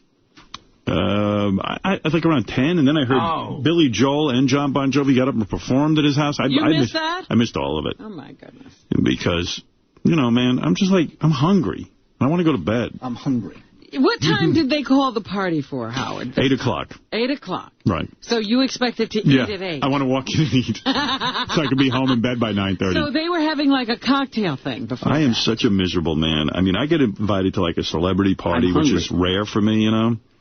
And, you know, like I look, 1 minute it's like Gwyneth Paltrow, or that I'm talking to, you know, Kelly Ripa, or I'm Mark Consuelos, her husband, and I'm talking to Martha Stewart comes over and says hello. Then I see, you know what I'm saying? That's this kind of party. Well, that's what I'm trying to get a sense Billy of what Joel. went on. So he was having like a cocktail thing? Well, it starts out with these hors d'oeuvres and cocktails. People like to, you know, hang out Yeah, and they relax. like to nosh and mingle. Not me. Like, I stand there and I'm like, what am I doing here? I'm just such a miserable fucking guy. And then, you know, like about, but I was hanging in because of what Beth said on the air, how I'm so fucked up. Right. So then she said to me, do you want to go get something to eat? Let's go over to a restaurant and get something to eat. I said, yeah, I'd love to. I said, do you want to spend more time? Because I would love to spend more time. And she said, no, I really, you know, it's time for us to go. No, she did that because she could see you were miserable. I don't think so. Yes, she did. Maybe. I mean, she did, Howard. I don't care about parties. Well, you know, unless you have food, you would party if there was food. I want to sit in a room and read chess books. I want to organize a rare social night for us. A sort of a me, you, Freddie, Gary, guys who would appreciate this. Kind of a guys' night out. Yeah. If it involves scores, I'll go. But I don't. Well, it could later, as always. Right. But I want. What is going to be the beginning of the evening? I want to, you know, have dinner, a nice place. Dinner will be on me. We'll go out, and we're going to go see Joe Walsh at the Beacon. Wow. And then we'll go to Scores or something. It's in August. I believe it's August. Like the problem is you might have to go out east. I don't know. That's probably. Do you go out every Thursday? No. Well, it can't be a weeknight. Right. It's a Thursday? Let me ask you this. If it were a Thursday night, could you swing that or no? Sure. Oh, really? Yeah. Oh, okay. Well, let's talk about it. Fred, you into that? I'm going to check my schedule. Yeah, the wife goes out with the baby. We got women. Joe Wall, I don't. He can have this guy's night out. You guys are going to help me get a woman at the end of the night. To me, the only reason to go to a party like that is to bang chicks and to give serious consideration. No, Joe Walsh at the Beacon's a nice thing. That is. But wait a minute. He's saying that he would do your thing except he wants party. to see Joe Walsh. Right. But this thing, he sees no need for it now that he's hooked up. You're with your chick, though, doing something she wants to do. I mean, she likes being out and meeting people and that whole thing. Yeah. She likes getting dressed up, wearing little dresses. I mean, she gets all those clothes. Where's she going to wear them? Right. I don't know. You're reading chess books. I could sit and read chess books day and night. Not that I learn anything from them, but I just like to read it. I like to read how to do it. Wow. Does it help you? It does, yeah. Sure. Listen, all helps. You know what? I'm more I think about wanting to play chess with you. You know what I watched over it was on Movies on Demand, which is the greatest thing ever. Stanley Kubrick's Lolita, the original one. Oh, yes. Isn't that a great movie? With James Mason. So James Mason plays Shelley Winter's character in chess. Yeah. I was thinking about you because she makes such a dumb move, and he's so condescending. Like now, by this time, it's such a dark movie. It is. It's he just wants to fuck her hot daughter, who's like 15, and he's staying with this woman, Shelley Winters, who he can't stand, just because he wants to maybe fuck her daughter, and he's playing chess with her, and she makes some dumb, annoying move, and James Mason goes, oh, that wasn't very bright of you, was it? and then he just takes, like, her queen or king, and I just picture you, like, that's why I don't want to play with somebody, because I get pissed if they're all condescending, like, oh, boy, you just did something so dumb. No, I'm glad I'm playing you. I like when somebody makes a bad move. I might win. Yeah, but I would feel like such a dope. Like you really... The thing about chess is you feel like an idiot when you do something stupid. Study it. You have to study it so you don't make those moves. Well, is there one guy you play with on the internet that's it's always a great game? Like, do you have like sort of your Red Sox? Yes. Like, we go back and forth. Really? There's a couple of people like that. So when you're going to play that guy, that's like a high for you. Like, you get into that. And then when I get better, suddenly it's unbelievable to me that like it's no longer a challenge. And you're getting better because you're playing a guy on that level. Sure, yeah. And so then you have to go up a level. You don't play that guy anymore. That's right. Well, let me ask you this. Is the one guy you haven't beaten yet who you're dying to beat? I did that the other day. There was a guy who was kicking my ass, and then I came back and beat him. So now you beat him? Yeah. Oh. See. Well, see, all that sounds fascinating because I love competition. Yeah, you'll love it. Sometimes with guys, you just keep going at it over and over and over. I love that. I mean, from playing sports. But chess, man, it seems like before you're at a level where you might not embarrass yourself. Yeah, but you're playing guys at your level always, so you're not going to embarrass yourself. Where do you find these guys that you play on the internet? Same place you find guys. I'm on a website. I'm on a website. Oh, I see. Yeah. And so it's global. Yes. Play people from Europe. I play people all over the world. All over the world. Isn't this a fantastic world we live in now? It is great. I mean, everything. It's wild. Your neighbors are global now. Yeah, it's wild. I mean, I know guys all over the world. But they all have to speak English. No. Not all of them, no. Yeah, they don't even have to speak your because the game is standard, yeah. I played a guy the other night. He had rudimentary English because we spoke a little afterwards. But, no, he was, no. And Howard doesn't speak any other languages, so that don't help. That's it. What can I tell you? Somebody from Latin America, someone from Asia. Oh, yeah. Europe, people all over. Yeah. People all over the world. If you're beating Asian guys, you're good. Right. Yeah, you are. Oh, yeah. I didn't say I beat any of them. Believe me, I'm not good. Hey, Howard, I don't know if you have it over there. If you were going to get to this, I apologize, but there was a cool mention of you on Entourage, too. I have that there. Oh, really? I missed that. This is Entourage. Yo, Ben. Yo, Rick. This is Delicate. What's that? You know your boy you came in with? Yeah, what about him? Well, he's about to suck face with a tranny. Boy, come on. That's no tranny, Ray. That's Annika. Annika's got a bigger stump than you do, Drama. Jesus, if Drama knew that, he would have kept it for himself. Ray, are you sure? Trust me. Only reason that we let that he-she in here is because she goes on Howard Stern all the time. We don't need the bad ink. I'm sorry, bro. I can't believe it. Here's my mention. You were. I saw that show, too. I was watching that show. I completely missed that. Did you see the ending? Yes.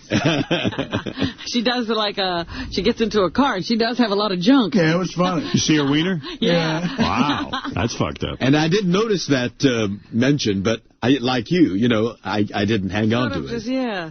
You're telling me on Entourage they showed a he-she with... Yes. And they showed the full penis and balls? Well, I think it was graphics. It's like if you look at when you look at an CGI. internet and you might see private parts, Right. it's weird because it's a little blurry. Yeah. That's how they get away with it. It's not like a full blown. No, but I don't think she was genuine. I think it was she looked computer too graphics. girly. Yeah. Hey, so I suppose everyone wants to find out how Sal's doing with his marriage and if Artie got laid off of vacation and all that. So why don't we address those topics? Did Artie go somewhere or did you stay in We're going to address those topics when we get back. Listen to these words. George Takei with us all week. We're back live. And don't forget Chuck Zito's View tonight at 7 p.m. Eastern. Chuck Zito, Bodyguard to the Stars, is back on 101 tonight, Howard 101. Hear his view on celebrities, life, and current events. And to call Chuck, 888-STERN. 101. We'll be back right after this. Wow. By the way, Riley will be our guest tomorrow here live in the studio. Isn't that right, Riley? Yeah. Yeah. Riley Martin is a host. They did a celebration of all of Riley's shows that I heard. I believe it was a 24-hour period, wasn't it, Riley? Otherwise. No, it was like 5 hours on Friday or something like that. Nonetheless. And it was a big hit. I listened for about a half hour or so. When you hear Riley back-to-back like that, you can't stop listening. It was a Riley fest, and it was great. I feel for you because you're being subjected to the same kind of pranksterism that I am. But, physicist, yeah, but you have a better sense of humor, George, than Riley. Riley gets all ragged out. He does get a little peeved, doesn't he? Yeah. Nonetheless, when you're dealing with Howard Stern. Nonetheless. When you're dealing with Howard Stern. Well, George, you know who Riley is. Riley, when you're getting paid slave wages. Oh, here we go again. Here we go again. You know what I mean? Otherwise, here we go again. With his $500 million, he's got to be the nicest man in Judum. You know what I mean? That's the capitalist system. It's really up to you to climb that ladder. Of course. It's going to be better. Of course nonetheless. Riley is a man who was captured by aliens at a very young... that so? Yeah. No, I didn't know He had a that. number of abductions, yeah. He was abducted many times. He was probed. He was... Didn't he go all around the universe to different planets and meet different kinds And of did that happen in New York here? He met lizard people. Yeah. He was abducted from New York. He's got a line of bullshit like you never heard. Now, how did he get abducted and no one else saw that? Yeah, I've always loved Robin also. Nonetheless. He should have been a writer on Star Trek. He should have. No, he should not. On a boat, all I had to do was throw a watermelon overboard, and the bitch would drown with a tooth hung in it. No, we don't know what you're saying, Riley. What are you saying? What I'm saying is, is that I'm coming into the studio tomorrow. Tomorrow. You are? Yes. Yeah. Well, you'll meet George then. Yes. I'd like to meet you. I would be. It would be my honor. It would be mutual. All right. Well, we're looking forward to your appearance tomorrow, and Riley, can't wait to see you again. It's been too long. I cannot wait to see you again. I hope I don't have to walk back from New York. Look here. Wait a minute, Riley, you're not coming here without any money, are you? I make a request. Yeah. Okay. Artie will give you all the money you need. That's right. Artie will finance you home. Okay. I'm coming in, 8:30, 8:45, something like that. Yeah. Okay. When we come out of the studio, will you, with your $500 million ass, spring for a dinner for me and my guests? No. Huh? No. Why should I? Why should you be inviting yourself as a guest to somebody else? You know, Riley, you're a weird guy. He's not even doing that. He's just saying pay for my dinner. Whatever. If you were paying me enough to pay rent... Riley, I'm going to explain this to you one last time. Sorry, bastard. Listen to me. Look at what we deal with. Riley, because Sirius pays me, whatever Sirius pays me has nothing to do with your situation. Why don't you take it out of your pocket? Why should I? I don't care what you make. Well... It really doesn't impact me at all. Peel off a couple of bills. Why? Why do I owe you any money? No, you don't owe me nothing. You're a capable man. Work. Peel off a couple of bills and do the right thing. Why? One time in your godforsaken... Why don't you do something for me? Why is the right thing giving Riley money? Do the right thing by giving Riley money. Bill sack ass. Don't you ever get tired of begging people for money? I don't No, apparently not. I don't beg you for nothing. Every minute you do. Riley, I'm going to explain to you. I cannot withstand a $100 dinner when I'm getting $47 a fucking month out of your cheap... Well, then don't work here. Why would you work here if you're so unhappy? Explain that. I did not say I was unhappy. I'm happy in my own world. Riley, listen to me. Listen to me. Regardless of you. And then, look here. Okay, now. Fuck you. All I'm saying is, very much. You're not listening to me. Quite a negotiator. You know what? You're not listening to me, and I'm trying to tell you something. Regardless of what I make in this, it's like if I walked around all day and I said, you know what? President Bush has $1 billion, therefore I should have $1 billion. You sound silly. I don't pay you for the last time. Go to Sirius and talk to them. If I had $1 billion, I would be a miserable urchin like you. All right. Riley, what you're not hearing is, because you don't listen, what I get paid for a living has zero impact on what you get paid. I don't pay you. Sirius pays you. I said to you, if you want to be on the channels, I would... So you won't spring for a dinner? No, I'm not interested in buying you dinner. I don't want to buy you dinner. I don't want to be... I don't like every minute that you can... Every minute doing the right thing, doing the right thing... It breaks your heart that I have some popularity upon the... No, I'm thrilled that you have popularity. Do the right thing seems to be give Riley money. That's doing the right thing. I got nothing to do with your money. I have zero impact on your money. Bullshit. Well, bullshit nothing. If you had said... Why do I owe you money? Then they would have done it. No, I've said to them, give Riley... You would give a bitch $50 million to cook a pie. To cook a pie? Yeah. and make a doily. But when it comes down, I'm not serious. I'm Howard Stern. I don't own Sirius. I don't have anything to do with how you get paid. What? Fucking reprehensible as a human being. Well, then why be here, then, Riley, if I'm reprehensible? What are you coming in for? Why are you coming here, and why are you doing a show for us? Because I need to reach the people. Because you don't have a lot of time, you stupid motherfucker. And you think you're going to endear yourself to people by begging on the air? I don't get it. What do you need money for if there's not much time? George. Yes. Forgive me. I have to talk to these people like this simply because even though thousands of them have died, they take nothing seriously simply because no one has yet killed them. What? I don't understand what you're talking about. Nobody does. Nobody. Who killed who? Thousands of people have died. Of course. Who has died? Well, more than that. Billions and billions of people have died over the... Died yes. No, but thousands have died. So what has that got to do with the price of tea in China? Have died for this stupid motherfucker a year before it happened that I saw fire in the sky above Manhattan. But no, he didn't listen. Why? Because he's a superstar and all this bullshit. I think you have been abducted, and something has scrambled your mind, I think. Now, that's George Takei. And you respect his opinion. George. Yes. There's another guy who thinks you don't know me. I know I don't.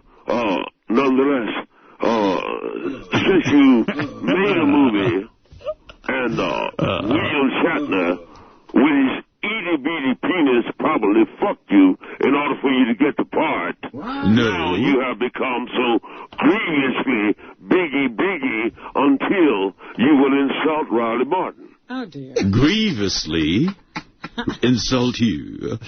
Why should that be a grievous thing? Don't destroy. I have not insulted you. Two guys who speak weird. I'm listening intently. I can't wait for I don't even know what they're two saying alien creatures. My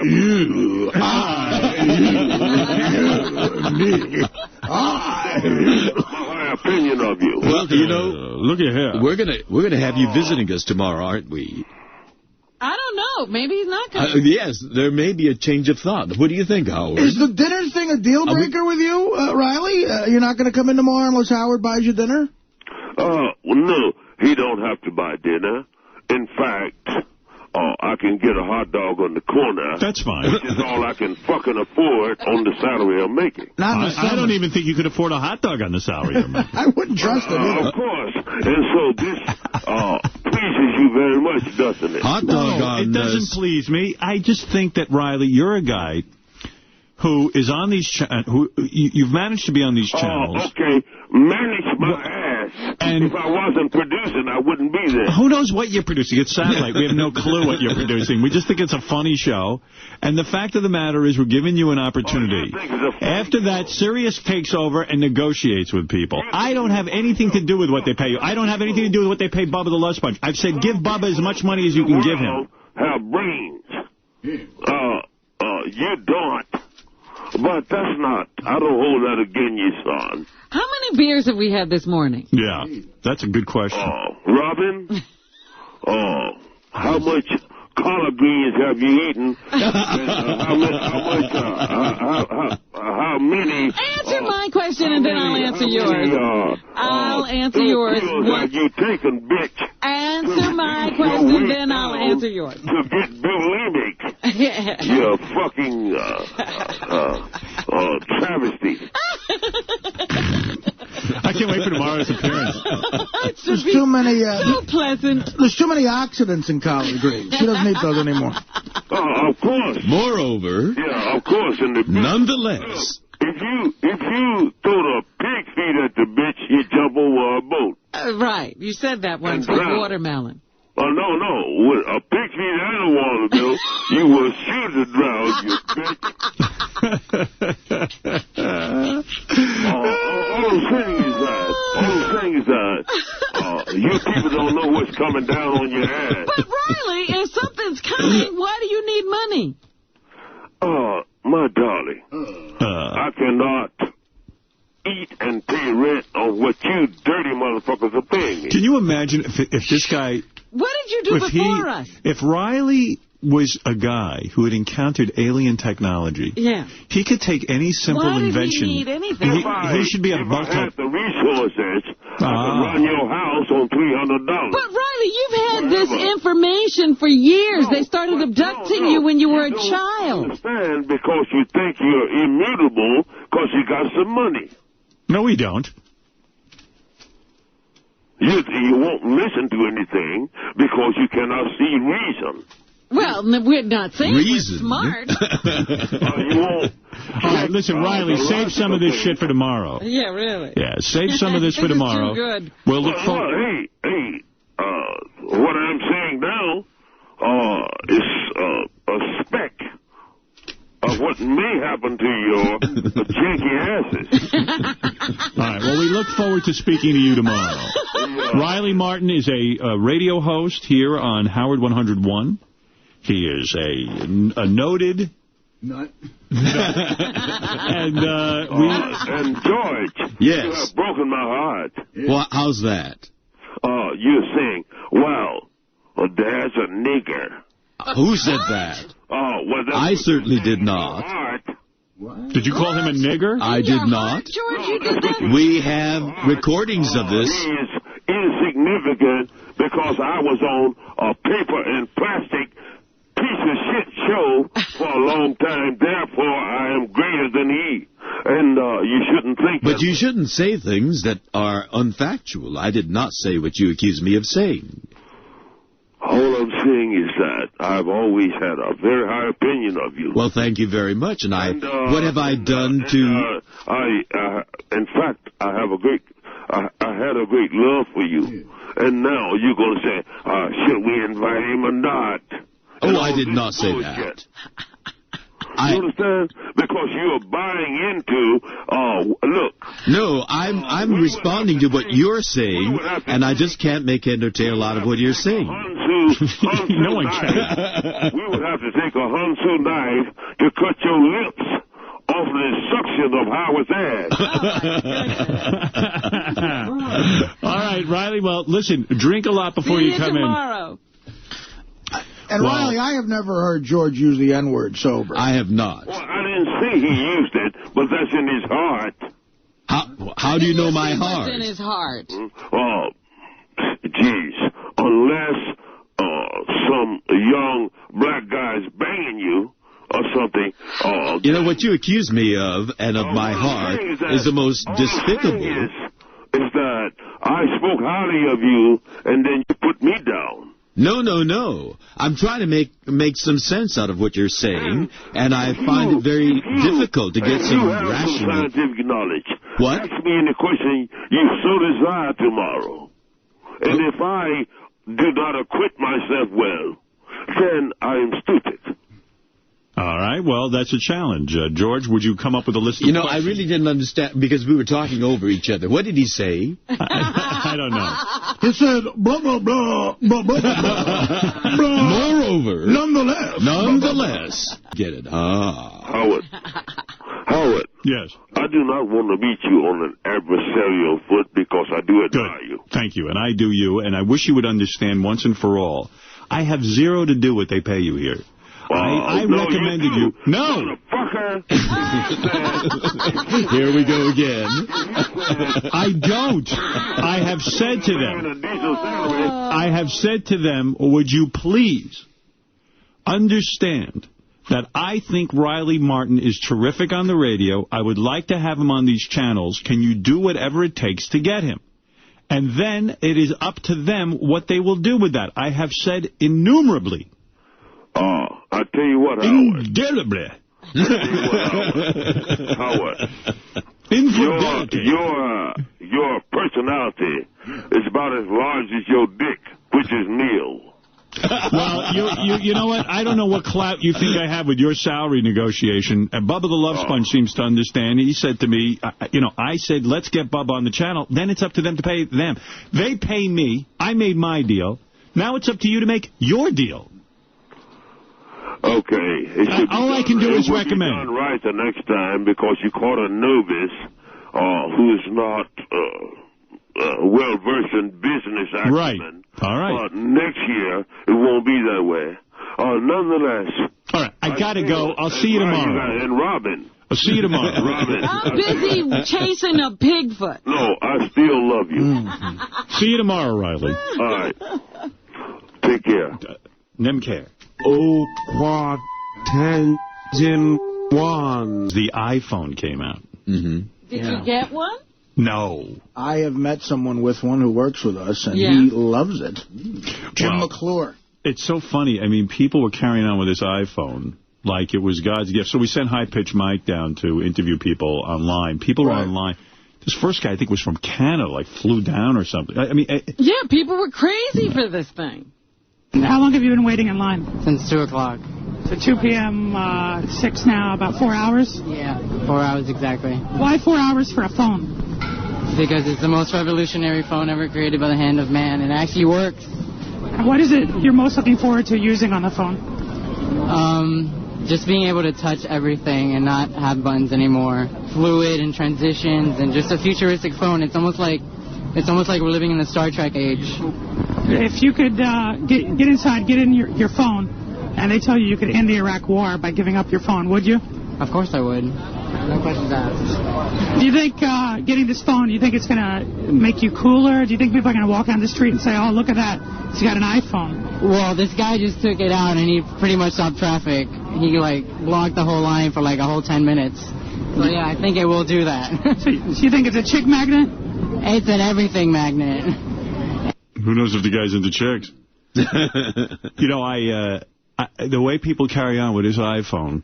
Well, it's anything. I mean, when the Xbox came out, there were lines. You know, it's just, what is that all about, being the first to get it? Yeah, I wouldn't even want to be the first. I want him to work out the kinks, maybe, you know.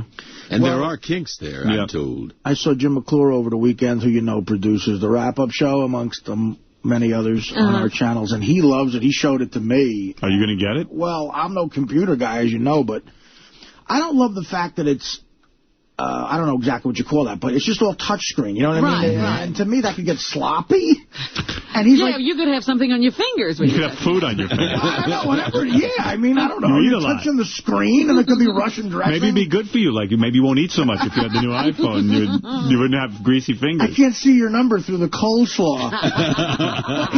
He loves it, and I saw a little bit of it, and my God, it's just... What's he doing with it? I don't know. I mean, I guess he's a busy guy. He's busy. You can get he needed it. You can get the internet. I like all these people who need it. It's well, you didn't need it. It wasn't invented a year ago, but now you need it. You were getting along fine. Anybody, any diversity, everybody's going to want to touch it, see it, feel it, get to know it. And why not just wait a couple of months till you can go in and get one off the shelf? Why do you have to have it today? Well, I actually flew in from Miami just to experience it at the store. From Miami. So you got on a plane, sleeping over in New York City just for a phone. Not just for the phone, for the experience that comes along with it. What if I could get a message to Steve Jobs? What would you tell him right now?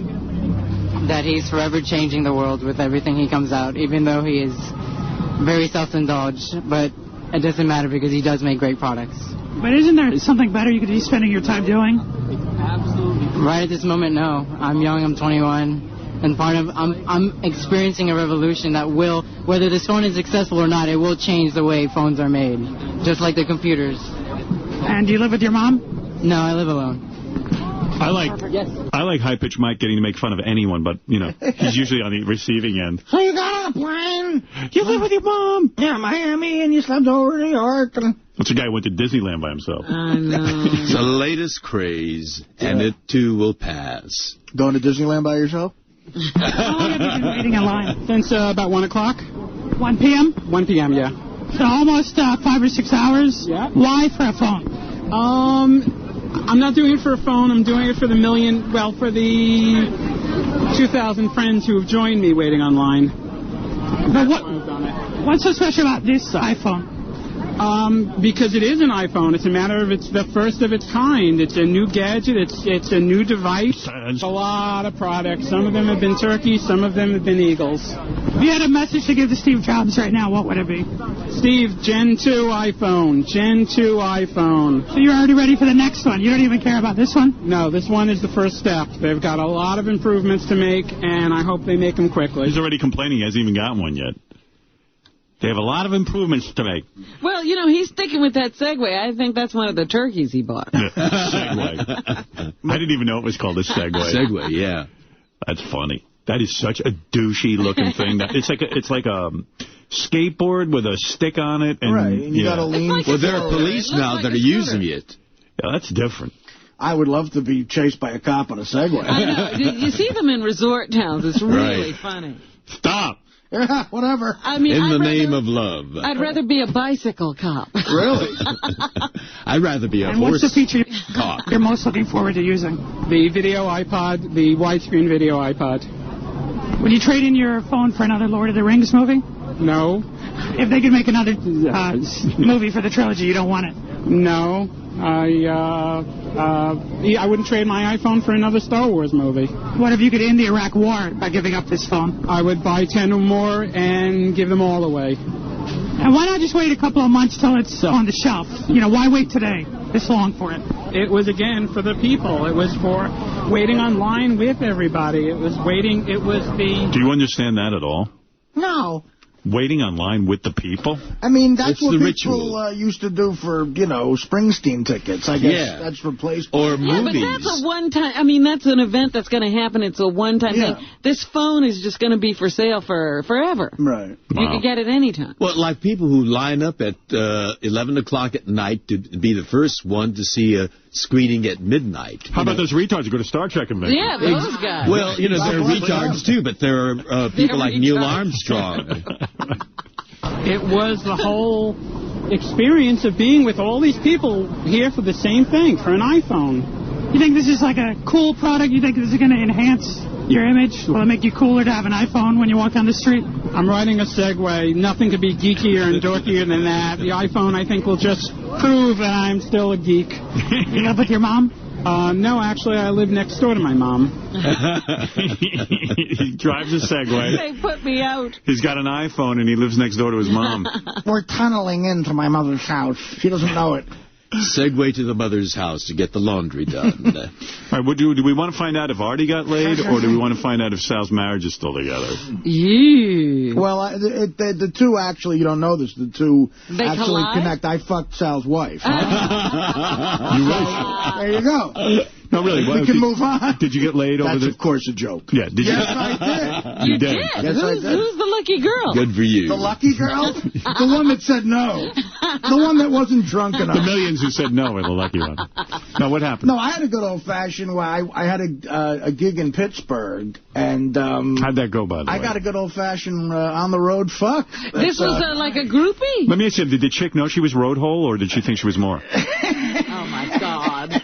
She knew that I might not be interested. I don't know. She had drugs and shit, and that wasn't the greatest thing. But this shows how Did you do any drugs? Well, no. I almost took ecstasy, man. Oh, my goodness. I was this close to taking ecstasy. What happened? And I've taken it before, and it was great. But the thing is, you can't... Sometimes... If it's cheap... You didn't do any coke? She referred to the ecstasy as, this shit is Osama bin Laden strong. Oh, my God. That's what she said to me. So I'm like... Wait, so you were doing your show? Right. And there was a chick in the audience who was giving you... Who I've met before in Pittsburgh. Okay. But never had anything to do with. After the... Good-looking girl? Actually, last time I saw her, yeah, I think she's hot as hell. Absolutely. After the show, she comes backstage. How did she get backstage? Who set that up for you? Here's what happened. Okay. So a couple of years ago, I'm there with Dana, and I come off stage, and it's a small club, the Funny Bone, that I usually play there. And I'm walking through the aisle, and as I'm walking through to get back, she grabbed my arm. She says, "Hey, let's hang out." And she goes, "I got coke and everything." She whispers this in my ear as I'm walking through. And Dana didn't have any coke. And I look back at her, and I'm like, "Wow, she's fucking hot." You just put her sort of like in your mental Rolodex. Thin, nice body. Yeah. Big fake titties. Not fake. Real. Not fake. No. Nice. And how old? She said she was 25. And you believe her? She could be 25. Okay. Sure. Madonna me. Don't ruin it for me, Robin. What was she wearing? Like a little mini skirt? She had on jeans. Yeah, And, nice, huh? you know, like... Booyah. Sort of, in a weird way, I don't want to make fun of anybody's fashion, because she looked hot, but she was sort of lower, like high-heel boots you might see in the 80s or something, you know, like in, sort of like ash-wash jeans, or what do you call those jeans? Acid wash. Yeah. Acid wash. Ass wash. She had a nice ass wash. She washed her ass. She had a nice ass. So I go to Pittsburgh a year later, and she's there again. Now I'm not with Dana, and we were having troubles, but nothing happened. I wasn't able to make something happen. Okay.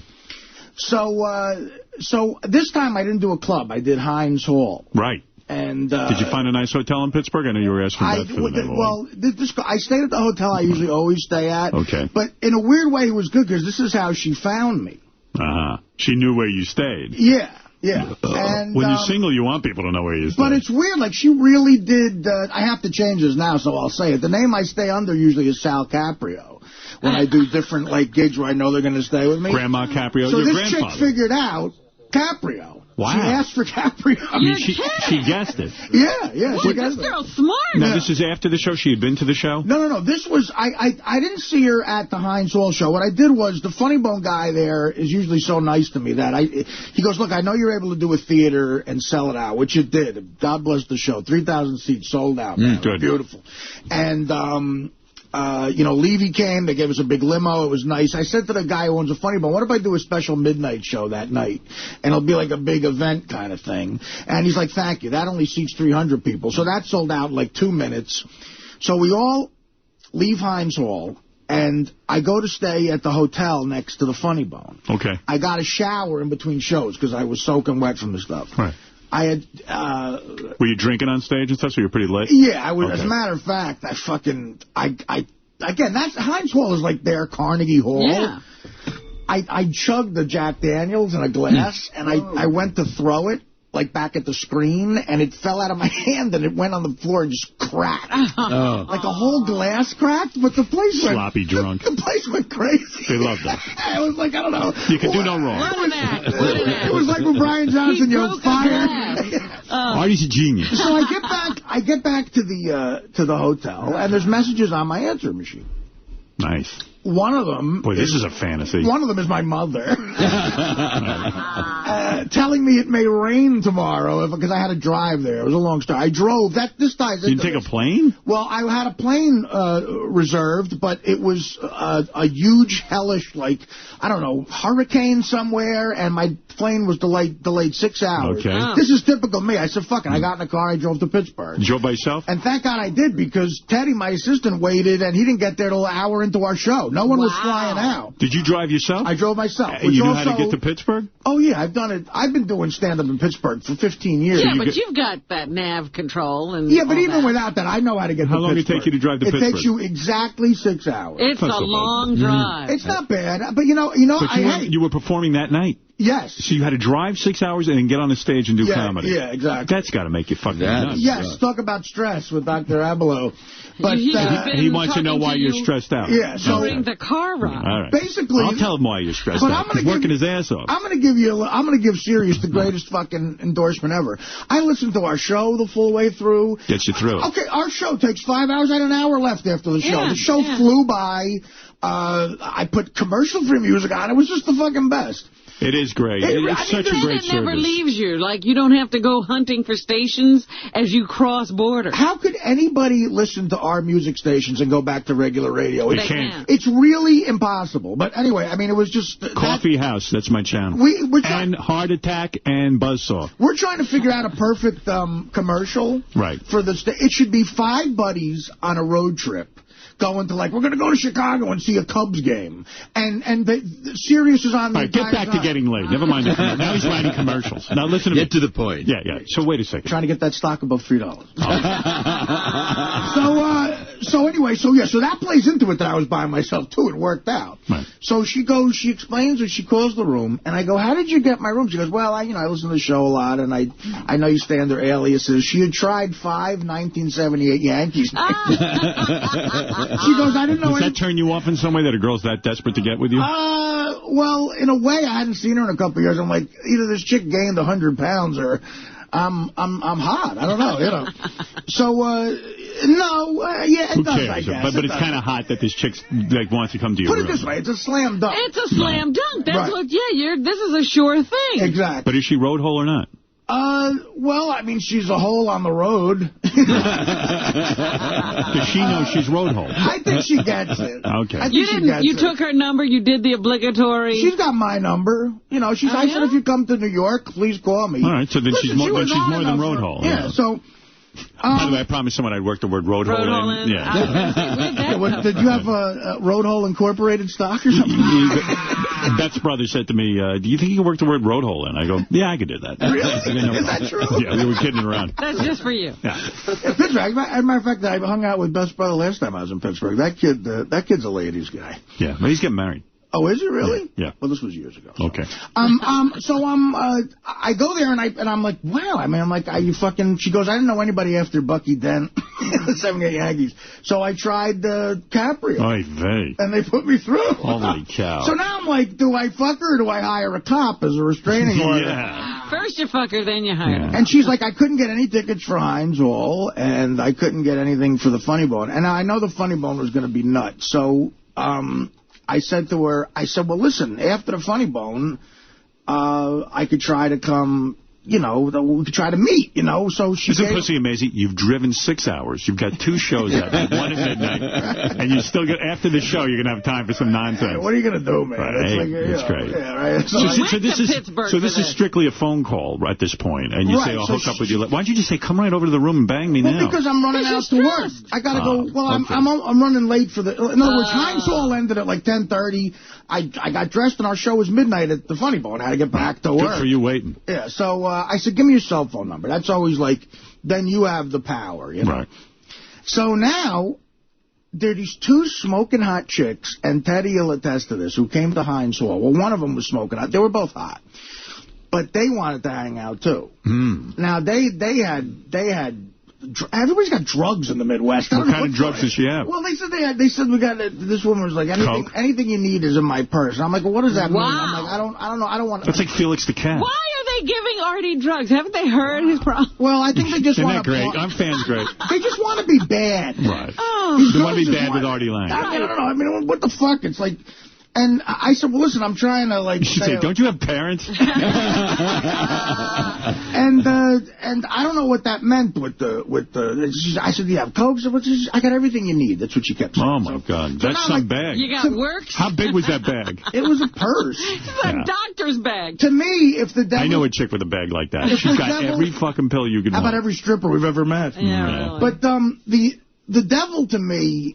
would be a hot chick with cocaine. Right. That's the devil. Right. So, like, to me, I'm looking at the devil. But that's the end. There was just one chick, like, the both were hot, but again, one was really sexy, beautiful tan, nice legs. So I said, go to the Funny Bone afterwards. It's like a treasure hunt. Artie gives out a map. So now I'm trying to figure out now the Funny Bone is just out of control. Poor George Takei, his groupies offer him Broadway show soundtracks. That's all he cares about. Right. So now you have King and I. Go ahead. So now the Funny Bone is exactly what I thought it would be. Off the charts, ridiculous. There's a little green room area, and I'll admit this, I was the biggest dick I've ever been to a couple of fans in my life because there were just too many people in the green room. I couldn't get my head straight. And Teddy was sitting there. I said, Ted, people got to get the fuck out of here right now. I'm like, who's this guy? Who's that? And I don't know who anybody is. Why are there so many people? And I got up and I said, anybody who's not a comedian has to get the fuck out of here right now. But if you're a hot chick, you can stay. Well, yeah, but there were no hot chicks in the room at the time. Little dudes. So this one girl starts screaming at, I used to be a fan, but now I'm not because you were just rude. I'm like, listen, I'm so sorry, but I have to do a show. Everybody's in the room talking to me. I can't do it. What do you want me to do? Yeah, that's enough shows. Yeah, so I do the stand-up gig now, which was just midnight mania. It was like hosting a drunken party. We get done about 1:30, 2 o'clock. How are you physically awake? You've driven for 6 hours. It's all adrenaline. How do you do it? Well, you got the constitution of a fucking bear. Well, plus I was chugging drinks on stage all night and everything. Doesn't that make you sleepy? It depends. It's weird, like with booze. You know how there's a little time when you're a little high from it where it's actually adrenaline. You're like, okay. All right. but the tiredness does play into how this all worked out. So the hot chicks are there, and we can't go back up to the green room to get paid because it's too crazy. So I say to Teddy, everybody's got to go back by the sink where the Mexican guy was washing dishes.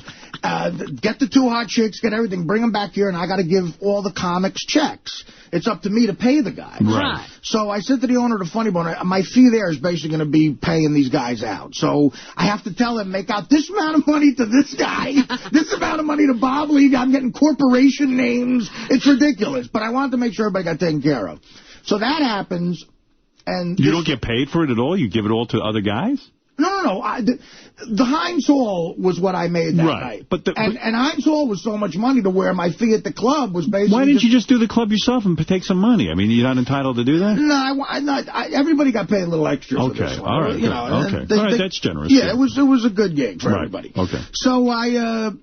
So now it's like, this is where I'm not good at it with broads. Like how do I negotiate this? Like, I know there's this other girl I can call. There's another chick, but there's 2 chicks, and I got to try to whittle it down to 1. Like, what do I do? So I tell them, I'm going to call you. So Teddy gets their number. Teddy's good at that. No, what you do is, can I tell you? Because I totally fucked up. You tell all the girls to meet.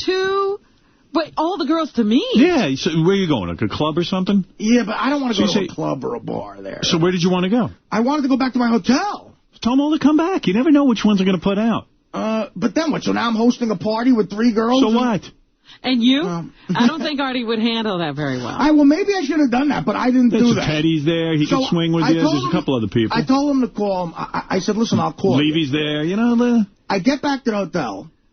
And I called the one chick who I talked to before. Right. I can't get her on the fucking phone. See? Bring all 3. I go, listen to me. It's like fishing. I have to get in touch with you quickly. Yeah, because I gave up 2. So I said, listen, call me back. And by that time, it's like 2:30 in the morning. I go, listen, you got to... And I am getting a little tired. I'm drunk. Right. I'm going... Which one was the hottest? You are Superman. There's going to be no foreplay. The hottest one... Oh, God, I don't know. The hottest one was the one I was with. All right. Smart answer. So I leave her a message, and I wait 10 minutes, which was like 3 hours. She doesn't call me back. Now I call the other 2 chicks. I'm not getting them on the phone either. Oh, jeez. So now the one chick finally calls me back, and when you have chicks, can I just... Yeah, don't let them go. Let me interrupt. Yeah, go ahead. You bring all 3. You line up because what am I doing? It's like Gary books the show. We say we're gonna have 3 trannies in here. One shows up. I mean, and let's say all 3 show up. So they show up. But if you've got 2 let there, them fight over you. 2 in the bush is worth 3 in the bush. Hoping you can find them again. Because he's trying to be respectful, but meanwhile he's busy banging everyone for 2 seconds. So listen to what happened. Yeah. I get the chick on the phone. And she goes, listen, me and my friend, now we're with another friend of ours who's a guy. Oh. Okay, so along the way they found a guy. So she's like, I go, what do you have in the bag? Now she wasn't telling me what she had in the bag, but Teddy, my assistant, somehow assessed. She goes, they definitely got ecstasy. So now ecstasy... When you're Artie's assistant, you have to figure out what's in the bag. You gotta have X-ray vision. It's one of your skills. Well, we were assuming, like, we were talking over the pills, and I said, what do you think they have? And he's like, they probably have X. And I'm like, they gotta have X, right? He's like, yeah, that's right. So... Your checks. I said to myself, ecstasy will solve a few problems right now. The one chick will probably come back, because now there's another girl there, and I'll wake up. Yeah, it's good speed. And I'll be able it's good thinking. With just 1 pill. See, but I've had problems with ecstasy before. You should be going to bed, but go ahead. If you take too much of it, you can't. You know what I mean? You can't come either. It's like whatever. So, dude, you're starting a major experience on ecstasy. So, when it's 2:30 in the morning and you've been up all plus, day. I wouldn't have gotten to bed. I would have just had to shower and drove home because the ecstasy I've taken in the past keeps you up for 12 hours. Right. This is crazy. So. But I made an awful decision. I said, just come.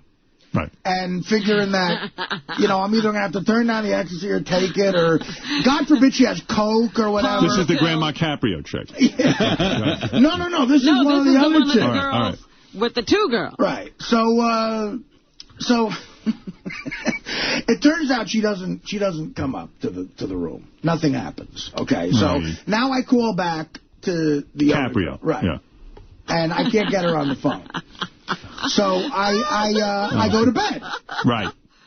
I don't get laid that night. Good. I go to sleep. Go to sleep. Good. I wake up the next day. I have lunch with some friends and stuff. And actually, the guy writing an article for me for Playboy was there, and he saw that there was a couple of chicks I was talking to. He goes, what happened? I go, I couldn't get any of them. He's like, really? I'm like, yeah. I'd love to lie to you and get into Playboy like I'm a stud. And he saw they were into me, though. I go, you saw that? He's like, yeah, but whatever.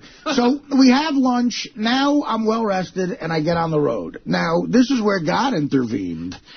There was an enormous traffic jam getting out of Pittsburgh. I mean, Saturday, June 30th, anybody in Pittsburgh knows what I'm talking about. It was like they rerouted shit. I'm in a parking lot. And I called the broad up. I called the chick from the DiCaprio chick. Right. And she's around. Nice. I go, where do you live? She goes, you're not far from me at all. I go, well, I'm sitting in a parking lot. You want to get lunch? So she's like, yeah, sure I do. Yeah, I think if you put in your had lunch? If you put in your GPS road hole, it'll take you right there. So, but you had just had lunch. Yeah, but I can eat another lunch. Come on. By lunch, I mean, this is how women think. No, that's good because now you won't have lunch. Now you won't be a pig when you go to lunch with her. Well, there was no lunch. No. I said, do you want to go get something to eat? And she goes, fine. So I go there, and she fucking answered the door. What's she wearing? Coming to play, man. She was wearing like a leather mini skirt, and she was wearing a Ramones T-shirt with their tits. No bra? No. Belly shirt? Bra. Like the belly showing? She had a nice flat belly. With the belly showing? Yeah, absolutely. Yeah. With the fucking horseshoes? I mean, she was really, really hot.